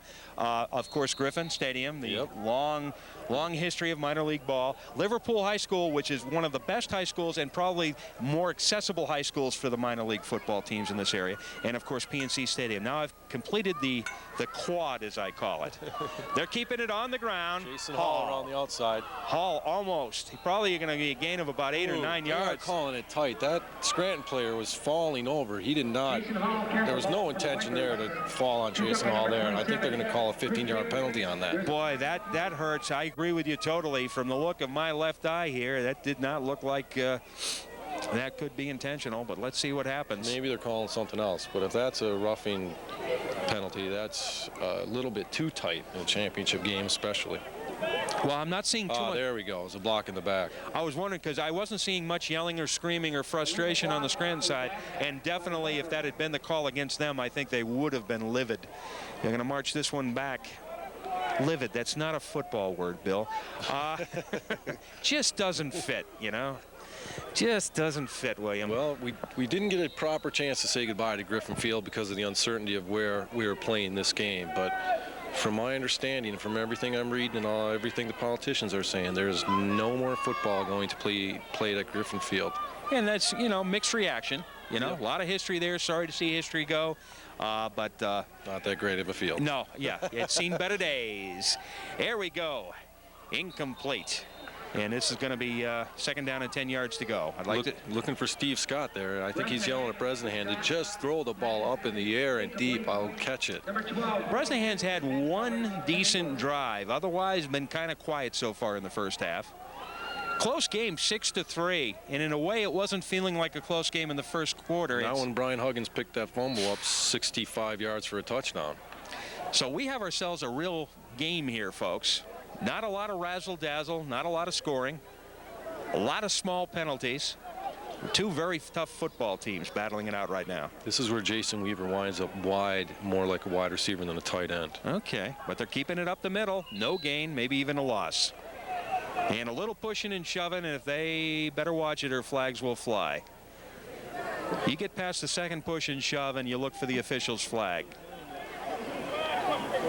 Third down right now for the Vipers, deep in their own territory. 7 minutes and 10 seconds. Clock continues to run here in the Empire Football League Championship game from Syracuse, New York, on a beautiful October evening as the year 2001 rapidly runs out. Where did it go? Getting back to your point, though, when we had the 7 teams, we had one division, and we had to come up with kind of a off-balance seeding rivalry type of thing. So you played some teams twice and some teams once. That must have been a long meeting. Yeah. Sorting that all out. Oh, man. With the personalities, shall we say, in this league. Oh, man. Bad snap. It was a... oh, wow. That was awful. I believe the Vipers have the football, but let's see what the officials say. Yeah, if Scranton thought they'd have it, I think they'd be jumping around right now, because that would be a big turnover. We'd be seeing a few hands up there. Yes, there are a few type A type of people here in the league. People that feel kind of strong about their opinions and ideas. Wow. Boy. Oh. Oh, that That's surprises the bottom of the piler, I think. That surprises me. So the Scranton Eagles are in great field position. A major turnover right now. The ball is at the 5-yard line. 1st and 10 Scranton Eagles, and they have an opportunity to go up. And if they do, if they go 10 to... The Vipers seem to be in a good position to at least go into halftime with a solid lead. They were definitely dominating, and all of a sudden, a few breaks here and a few breaks there, and it seems to be Scranton getting up off. Getting up off the turf and just coming back. This is Viper D at their best, though. Goal line stands. They could hold you out. May give this one to Bay. No, Kennedy's throwing. Kennedy holding on to it, and ooh, he gets snuffed at the 11-yard line. 6-yard loss. Scott Irons, great two-way player, offensive lineman, defensive lineman. And like I said, it's really hard to get it in on the Vipers from inside the 5-yard line. You usually end up going the other way and bringing in your kicker 3 plays later. It's funny you should mention Irons. I talked to Paul Seeley about, players, that might be interested in going ahead. And he mentioned Irons. But the point you made just a moment ago is the fact, two-way player. Arena ball players, except for a couple skilled players, have to go 2 ways. They'll be looking for a player like him, and he seems to have all the tools. Yeah, people that know minor league football, they'll always ask about Scott Irons, so he's been a quality player for a few years. 5:22, second quarter. Scranton knocking on the door, 6-3. Vipers lead, and we have a flag. Let's play ball, boys. We don't want to be moving forward or backward based on penalties. There we go. Another illegal procedure call against Scranton. They'll bring it back 5 more yards. Boy, they are calling them tight. Again, I was focused right on the line there, and I did not see any movement. Granted, if there's movement, the refs need to call it. But it sure seems very tight tonight. Well, this is big because a couple of things have happened here. Kennedy's been snuffed for a 6-yard loss and now a 5-yard penalty. They were knocking on the door, 1st and goal to goal at the 5, and now all of a sudden it is 2nd and a long way to go. The ball right now resting at about the 16-yard line.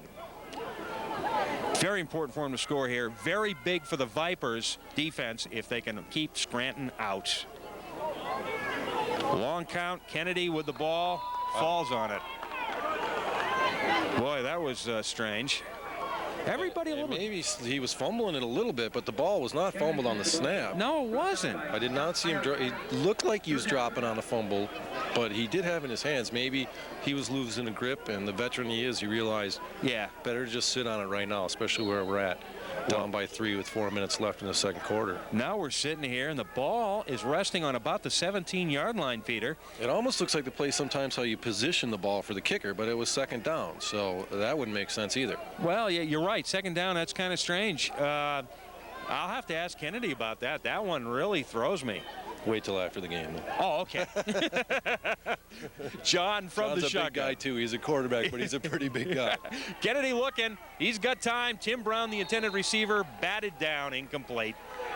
And we're going to definitely... A little incidental contact there, but that could have been called.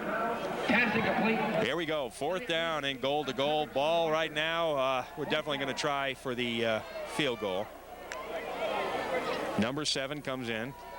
Jerry Romano coming in. Wait a minute, he's kicking now. The last kicker was Ben Zach. I know. And he nailed a, what, 35, 36-yarder. I'm surprised. It wasn't that... Well, maybe Romano's in holding. Oh, okay. Let's double check. Yeah. Yeah, Zachis is back there to Okay. kick. I was just going to say. That was a big kick last time. I wouldn't take him out. Yeah, I was just going to say, have a chance to tie it up here with 3:54 remaining, second quarter in a championship game. Huge kick. Look at that, straight ahead kicker, too. It's up. I think it's... Ooh, short. Oh, no. Wide right. That is big.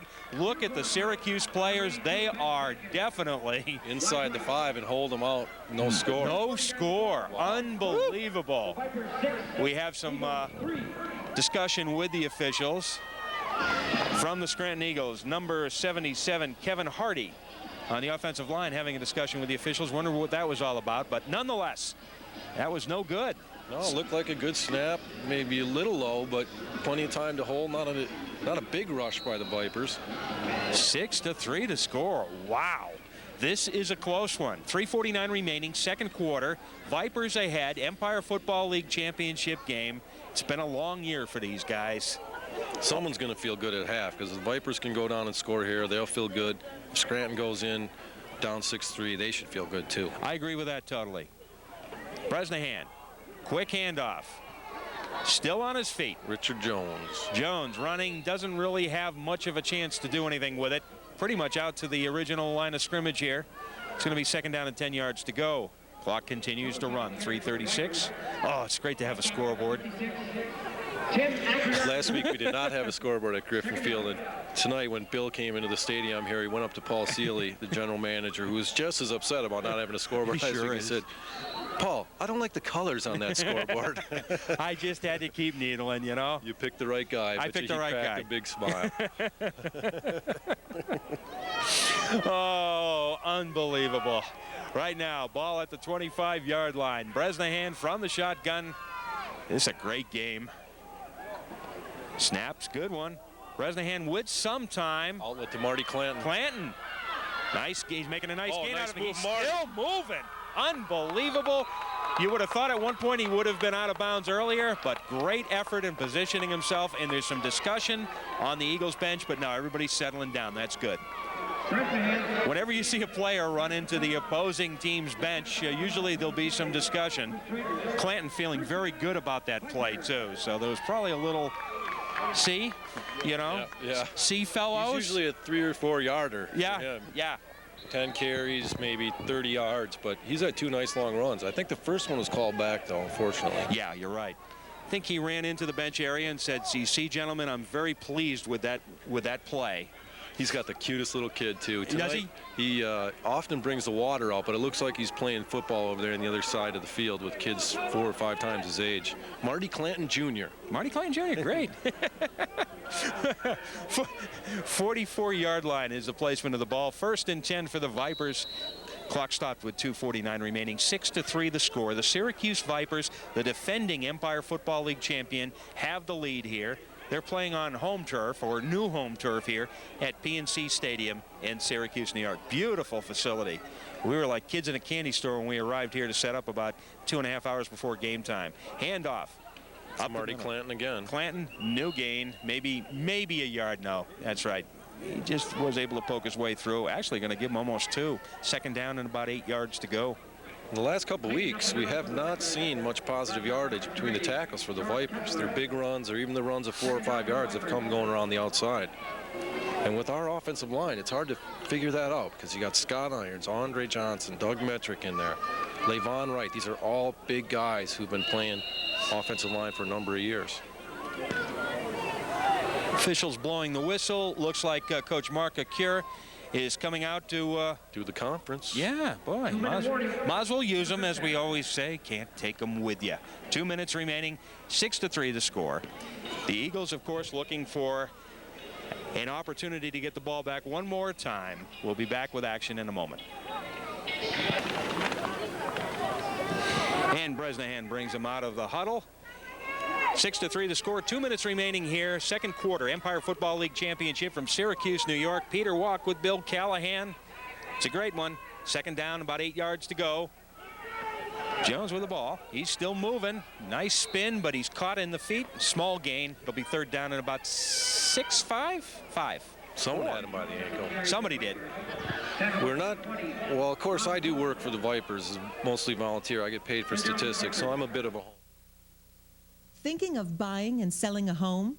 Look for an agent willing to give you the attention and expertise you deserve.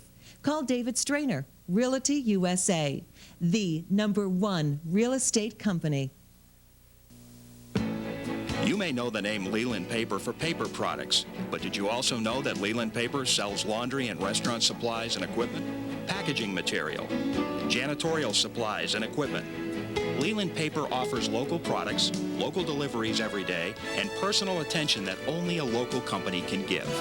Our third generation celebrating our 50th anniversary, Leland Paper Company.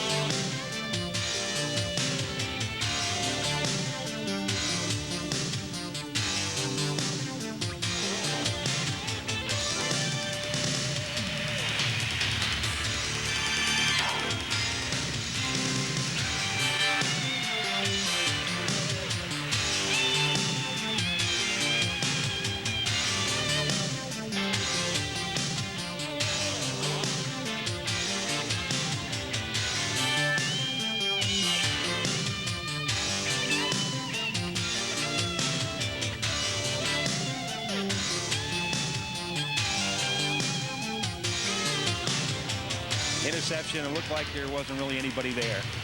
No, I didn't see any Scranton Eagle there. I saw 2 Vipers back there. They were well in field goal range.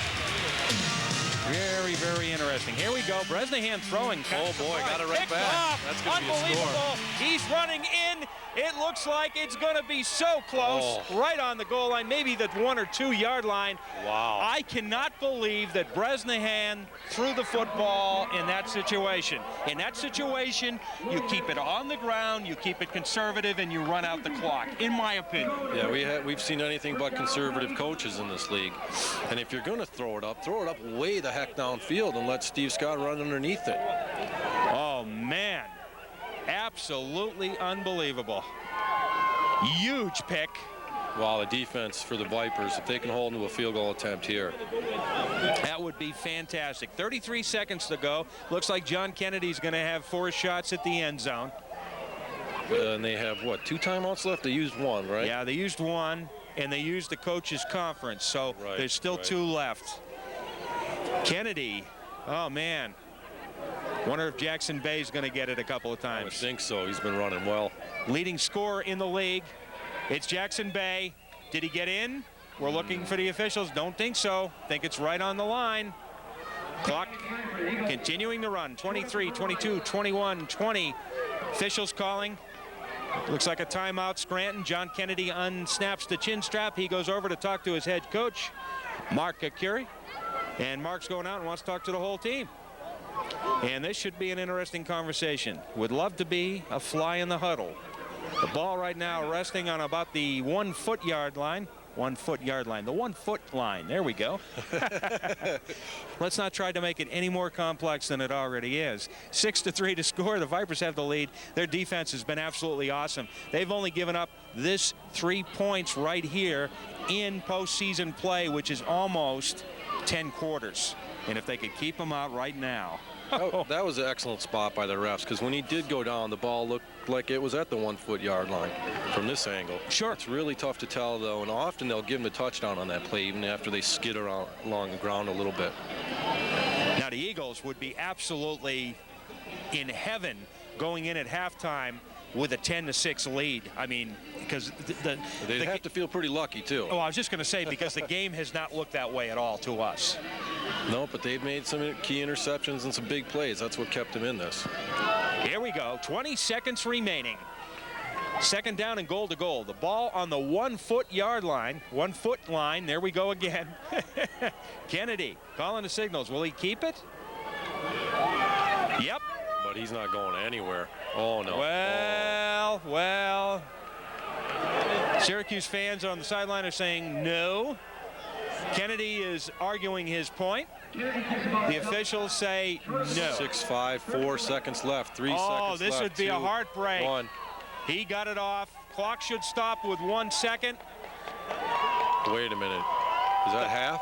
They're saying it's the half. The Oh, boy. No, that's not right. The official should put 1 second on that clock and let him kick the field goal. There is no way that time ran out. Good call by the official. Yep, that was. Very good call. That's why they keep the time on the field, because the clock did go down to 0 here on the scoreboard.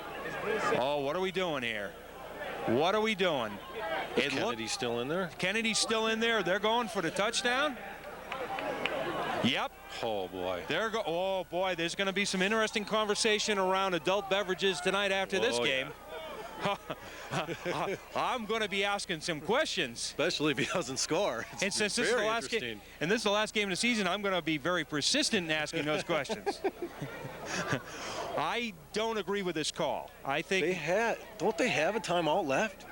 Yeah, I thought they did. Why wouldn't they have used it there? I'm surprised. Okay, John's trying to get his guys back in the huddle. Coach Mark Curie's coming out, and yes, it is a timeout. And right now, oh, man, I'll tell you, ladies and gentlemen. I don't know. The Viper, they've been inside the 3-yard line now for 5 or 6 plays, and they've gone nowhere, and they're going to try it on this? Obviously, if they get it in, it'll be a big statement, the famous cliche. However, in a 6-3 championship game, it's the last play. It's 3rd down, but it is the last play. And your field goal kicker did get one in, and it's just a chip missed shot. another one by a hair. You go for the 3, you tie it up, and you go in and say it's 0-0. Thank the Lord. Let's get on with the football game.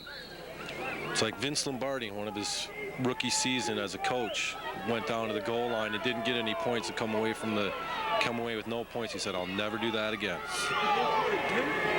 Here we go. They're going for it. John Kennedy. And he's probably, nope, hand off to Donnie Jackson and he's Bay. scooting in for a touchdown. Well, I'll tell you. Unbelievable. Donnie Jackson Bay walks in standing up and a score. And, of course, they'll say it was a brilliant call. And guess what? I don't think it was a brilliant call. No, that was very risky call. If they would not have scored there, they would have went into halftime demoralized. If they wouldn't have scored without those circumstances, they would have went in, hey, we're only down 6-3. We're doing okay. We can come back and win. Unbelievable. So 9-6 the score. The Eagles on top. First touchdown scored against the Vipers in a long time. Late 80s, I think. Here we go. Trying for the 10th point. Snap is a good one. Kick is up. Looks good to me. Yep. Boy, that's huge. 10-6 in a ball game like this. The Eagles have to be on top of the world. It hasn't been a pretty half for the Eagles, but it's been pretty enough to walk away with a 4-point lead. Unbelievable. Well, Ladies and gentlemen, first of all, a quick reminder of our sponsors. We want to get them in again. AA Electrical Contractors, Dan and Ginny Lambert, in business since 1985. We thank you for your great support. Look forward to seeing you next year. Let's see. How about the Vox Radio Group? That's Wink 105, Froggy and the Sports Animal. They have given us tremendous support all season long. Thank you, David Luke. Thank you, Raleigh Merrill. You guys have been absolutely fantastic. Tribune Media Services and TV Data, bringing TV listing information to the world so that you know what's on television. John Myers from Characters, thank you very much for your sponsorship. The Post-Star, been in business in your hometown paper since 1904. Thank you, Jim Marshall. And of course, WNCE North Country 8. We want to thank you very much, Michael Collins, for the great support all year long that makes these telecasts and Green Jackets Huddle possible. 10-6 is the score. We're at halftime. The Empire Football League Championship game. Peter Walk and Bill Callahan will be back with third quarter action in just a few moments. These guys are playmakers out here. Hi, I'm Jamie Castle from TV8. Do you want to know about the events, issues, and people that affect the North Country? Well, we've been listening and we know what you want. North Country Now, the news magazine with you in mind. A daily dose of your hometown, all with a North Country feel. I'll be joining anchor Kevin McCullough and reporter Allison Pandolfo for North Country Now, weekdays live at 5:30, beginning Monday, October 22nd, only on TV8. North Country Now, when you need a little northern exposure. You may know the name Leland Paper for paper products, but did you also know that Leland Paper sells laundry and restaurant supplies and equipment?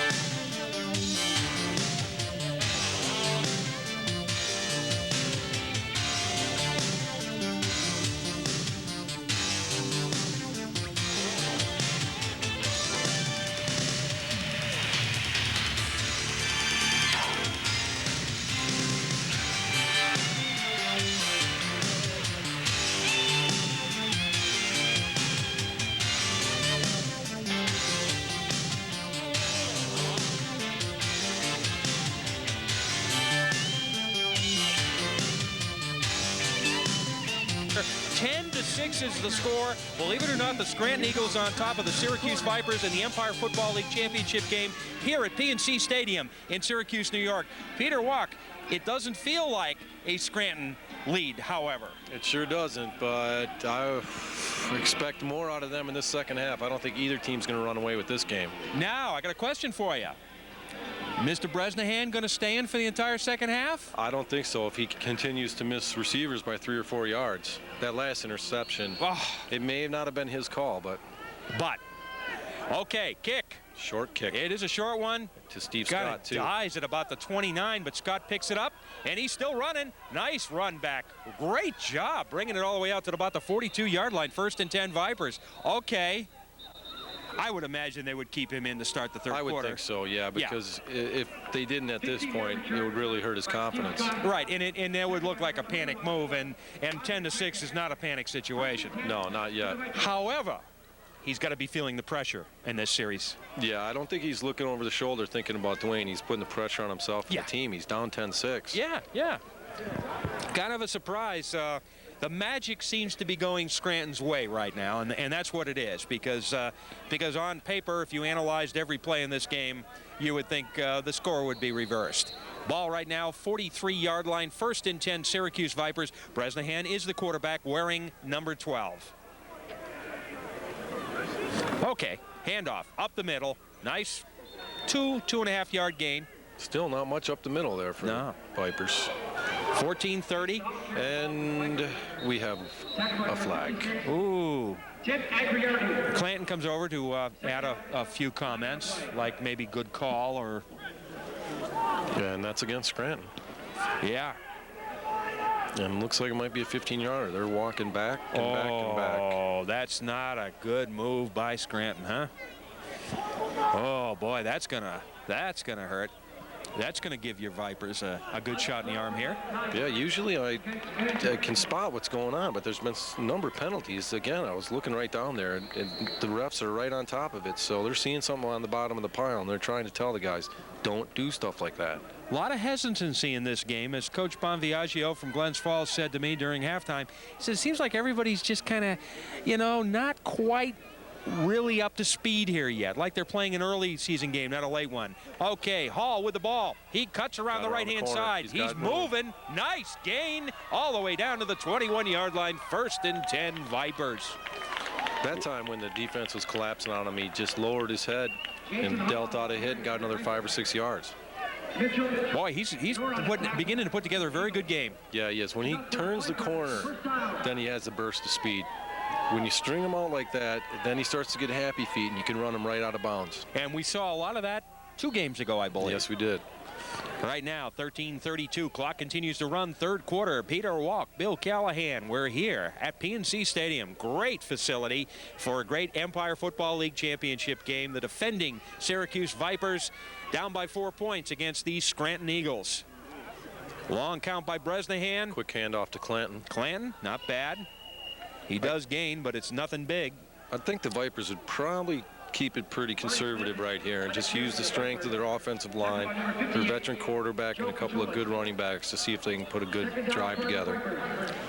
It's great. You know, I went to go get a Coke or something and wound up speaking with John Lawrence, and I saw Coach Kenneth Davis. Kenneth Davis, of course, from Montreal, and John Lawrence, the general manager from Broome County, Binghamton Jets. And it's a guy hold home week because we have the big league meeting tomorrow. And after a tough, hard-fought season, everybody's just so darn glad to see each other. It's wonderful.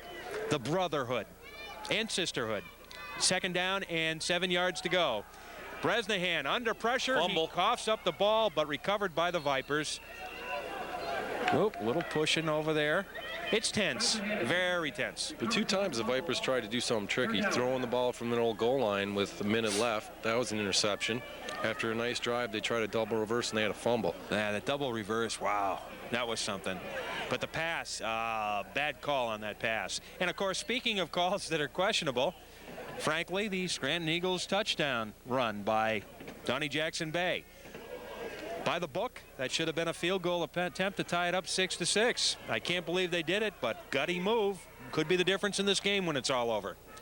11:50. Boy, this quarter's running quickly. Bresnahan from the shotgun this time. He takes it. He's under pressure. He steps up from the pocket. He's going to hold on to it. We have a flag. He throws incomplete. But again, we do have a flag. In that holding territory, yep, holding against the Vipers. Okay, that brings it back. Holding against the Vipers. Kind of a bold move there by Bresnahan.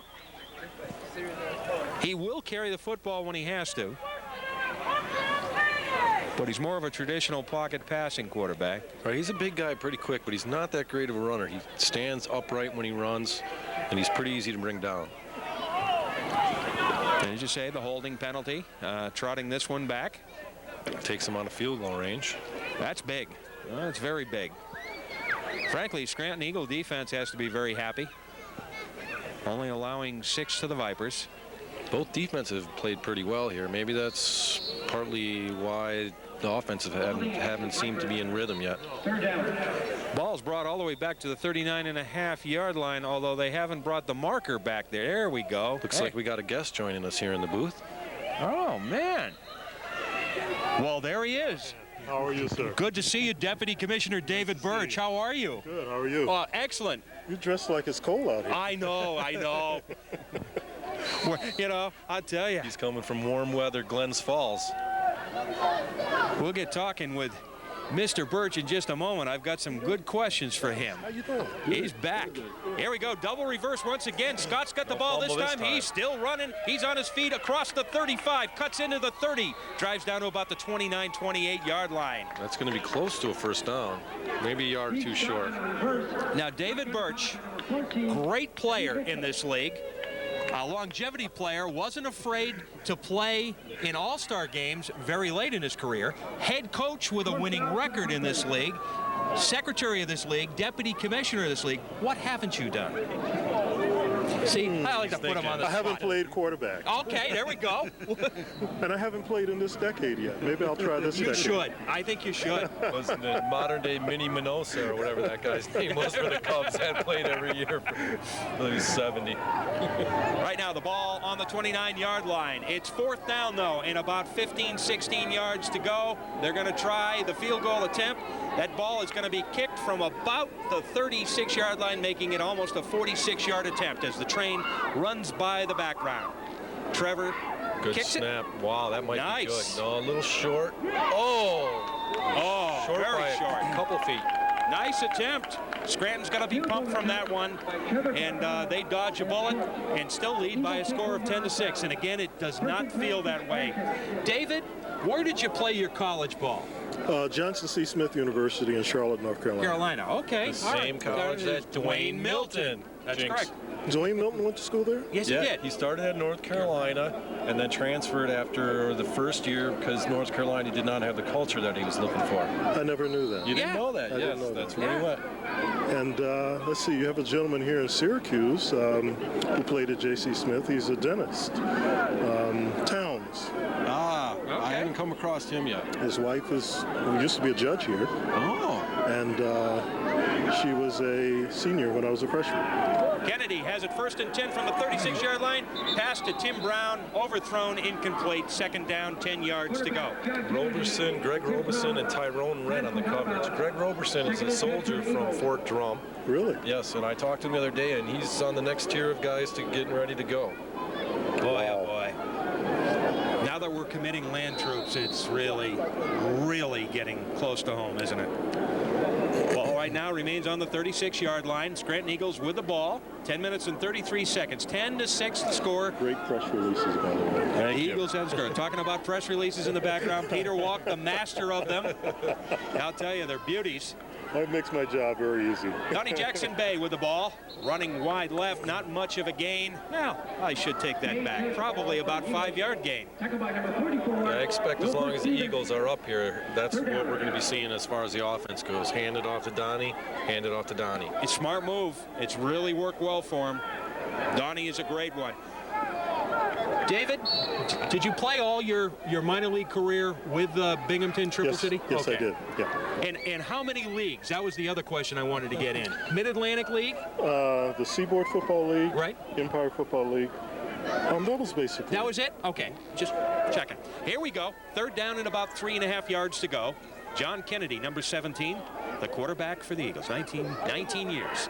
Handoff, Donnie Jackson Bay, no surprise, nice spin. He muffs up the ball. Greg Roberson with the pickup. He's got the sideline. He's open. Oh, my word, he takes it down to the 35-yard line. A big turnover. First and 10, Vipers. Wow. It's very unusual for Donnie to fumble. Yeah, that's wild. It looked like it was Raheem Smith that got in there with the helmet tackle that popped the ball loose. Man, that was absolutely big.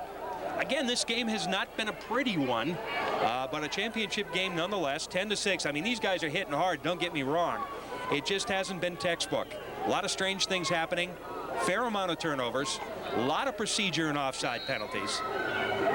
Hopefully we'll have a much cleaner second half. I hope so, too. 9 minutes and 30 seconds, clock running in the third quarter. TV Data and Tribune Media Services, one of the fine sponsors of these telecasts on WNCE North Country 8, keeping it on the ground. No gain, maybe a loss, depending on where they mark the forward progress. Looked like they were going to have double coverage on Scott that time. I think they've smartened up now. There we go. Players are pumped up. A lot of John going on down there. Season began with 13 teams. Back on July 7th, in the Southern Division and July 14th in the Northern Division. And here we come down to this, a rematch of last year's championship game that took place in Old Forge, Pennsylvania. You forgot David also does the web page for the EFL. Boy, he sure does. And he's involved in the AFA. That's right, big time in the AFA. We want to make sure we get this whole resume out of here, David. We don't have enough time. You had to come in the first half. I know. You missed an opportunity, David. Bresnahan back. He's Steve throwing. Scott is open. Oh, nice play. job. Nice job by number 12. Oh, we haven't had time to get our rosters out here I yet tell in the you, second half. I've been too busy chatting. Broken up by number 12, Willie Mims. Yeah, Willie Mims, of course. Yeah, let's see. Willie Mims, University of Florida. Okay. Willie Mims, number 12 for the Scranton Eagles. Big one. Take a look at it. Third down and about 11 yards to go for the Vipers. It's a great stretch out there. You could see him, his eyes lock in on the ball when it was about 10 yards away from him. A couple steps, a nice jump, reached up, knocked it away. Otherwise, Steve Scott would have scored a touchdown. Bresnahan calling timeout. A little bit of confusion in the backfield. Smart time to use a timeout. Timeout, Vipers. Bresnahan going over to speak with his coaching staff, and they're going to try to settle things down. Remember, they had the ball at this exact same spot moments ago. Tried a field goal that was just a little short. So they want to get it in a little closer before they try that again, but they'd love to punch it into the end zone. Neither quarterback having a brilliant game so far today. They've been both struggling a little bit, under some pressure. Things just not clicking yet, but sometimes it takes a while. Still expect some brilliant play. Bresnahan had that one beautiful pass to Scott down the sideline that he bobbled for about 40 or 50 yards, but beyond that, I can't really remember many other completed passes even. And John Kennedy's favorite target today has been number 9, Tim Brown, but Brown been unsuccessful so far in today's play. 8:26 remaining, third quarter. Music playing in the background here. Beautiful facility. First time that the Vipers playing in PNC this year, although they played Watertown, I believe, here last year. Big improvement over Griffin, although we're sorry to see it go. Ball just outside the 35-yard line. I'll be on the bulldozer when they take it down. Oh, but it's double reverse again. Pick it up, Rashad. Oh, Just Rashad fall on the ball, Porch. Rashad. Oh, man, all the way back to the 32-yard line.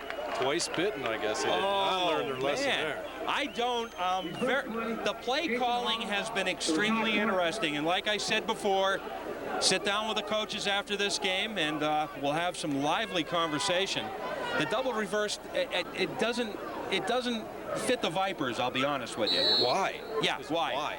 Why? It's not needed. You're down 10-6. No, you're running well to the outside. You've got Steve Scott and Rashad Porch to catch the ball. There's no need for a double reverse. Bresnahan now winding up punting. Gets his foot into it at about the 23-yard line.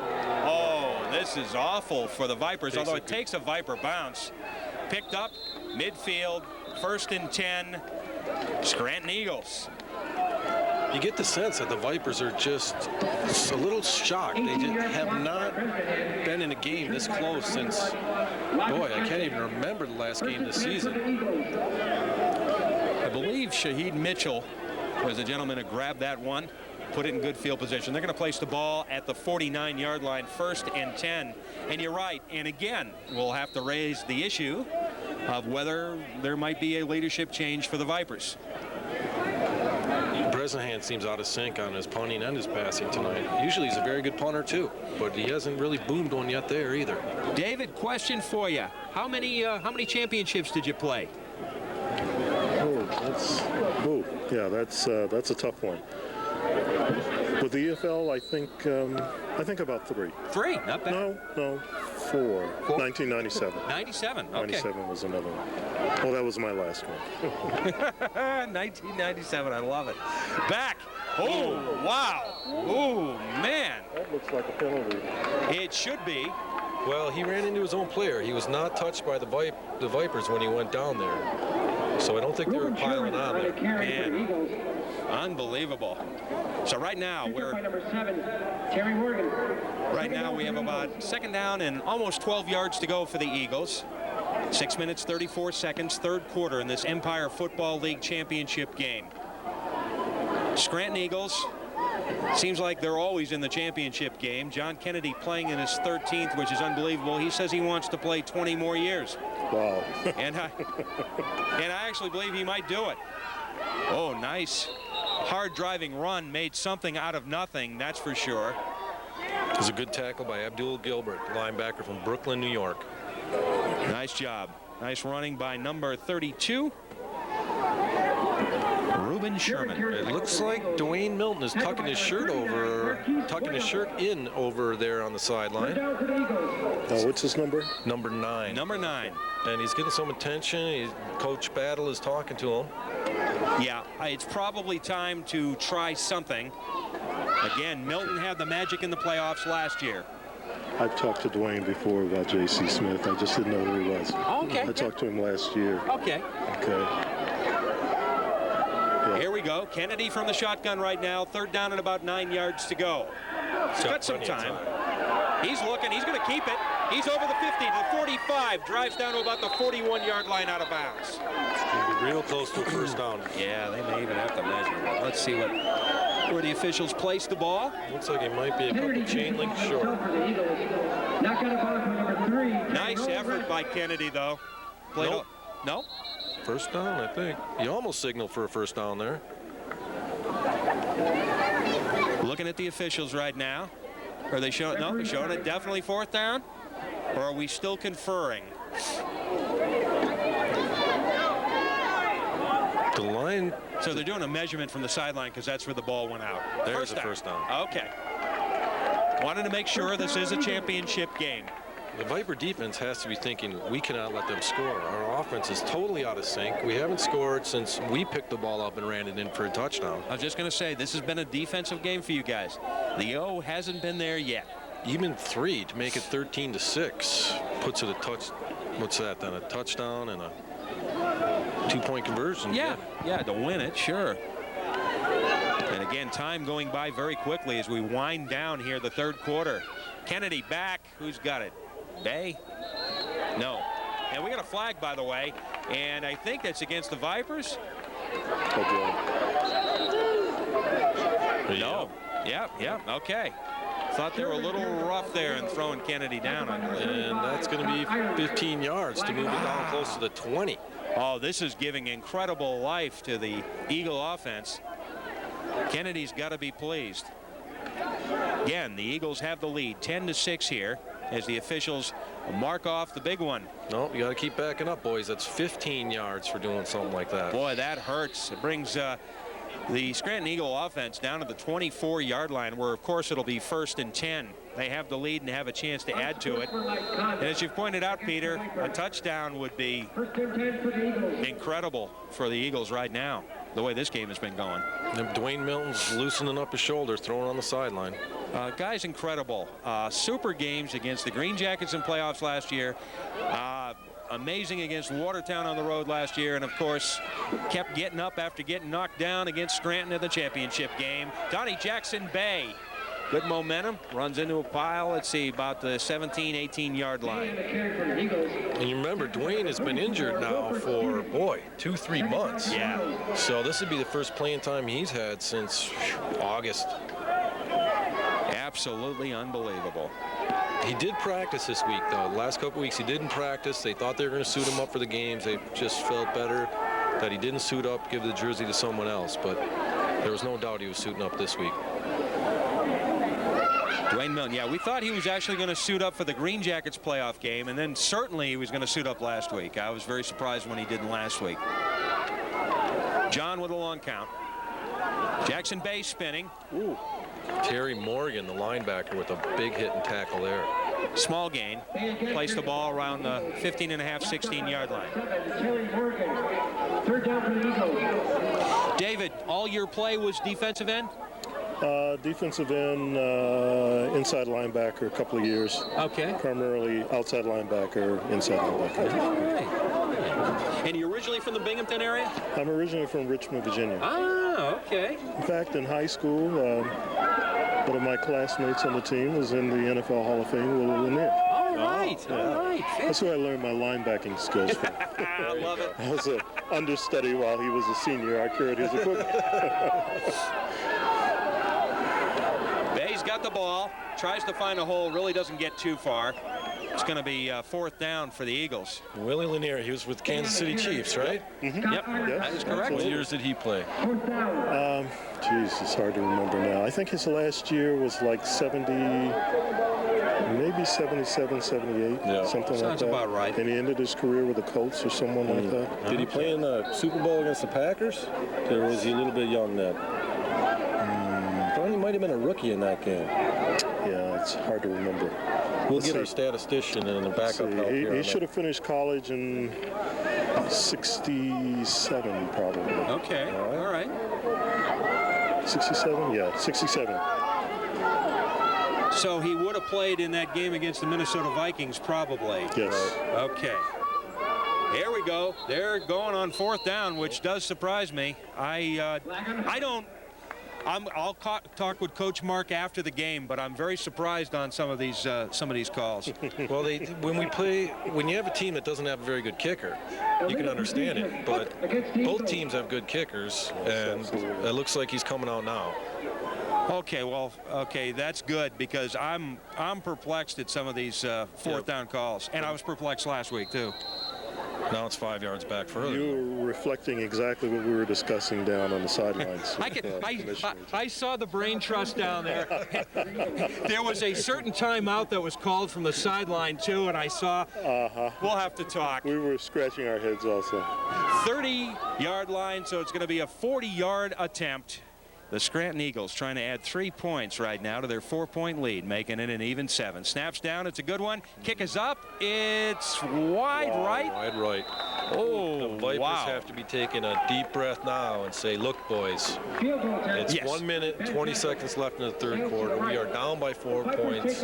We've got to start moving the ball. And, folks, we may sound a little bit critical here. The fact is that the Scranton Eagles are coming in with a 13-0 record, and the Syracuse Vipers are coming in with a 13-1 record. So let's put that criticism in proper perspective. What we're focusing in here on is the game, some of the execution, and certainly a few of the calls, especially in fourth down situations in a close game. Bresnahan is still in at quarterback. Syracuse lost to whom? The Marlboro Shamrocks this year.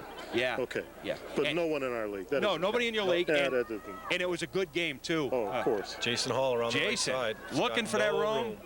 One of those great sideline runs there that goes for naught, unfortunately, but he's had a couple of great ones that he's broken so far today. One of the brighter spots on the Vipers offense. I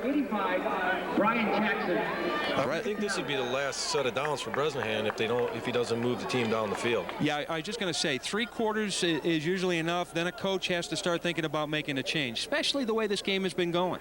Yeah, if it was 3 quarters, 35-32, and you've been throwing the ball all over, but your defense has been letting them score, it may be a different story. But right. When you have the offensive weapons the Vipers do, and you've only scored 6 points, and that was on defense, it's time to make a change. Okay, Bresnahan, a little instruction to his backfield. Finally gets down under center. More instruction.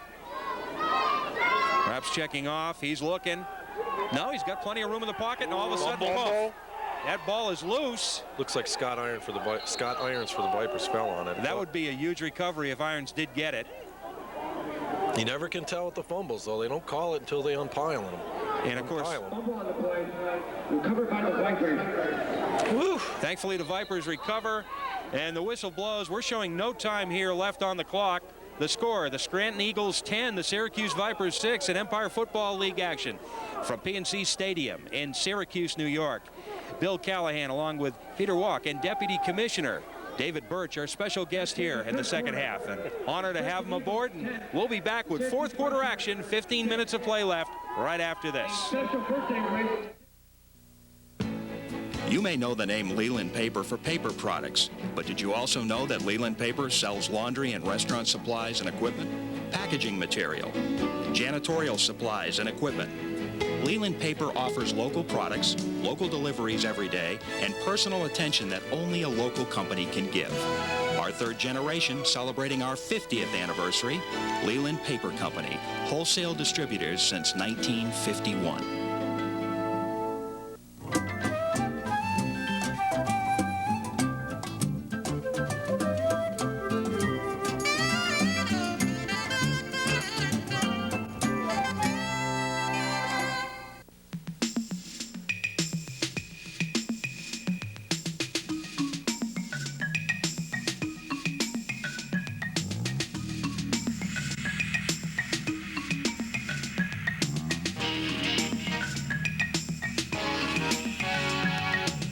Serving Warren, Washington.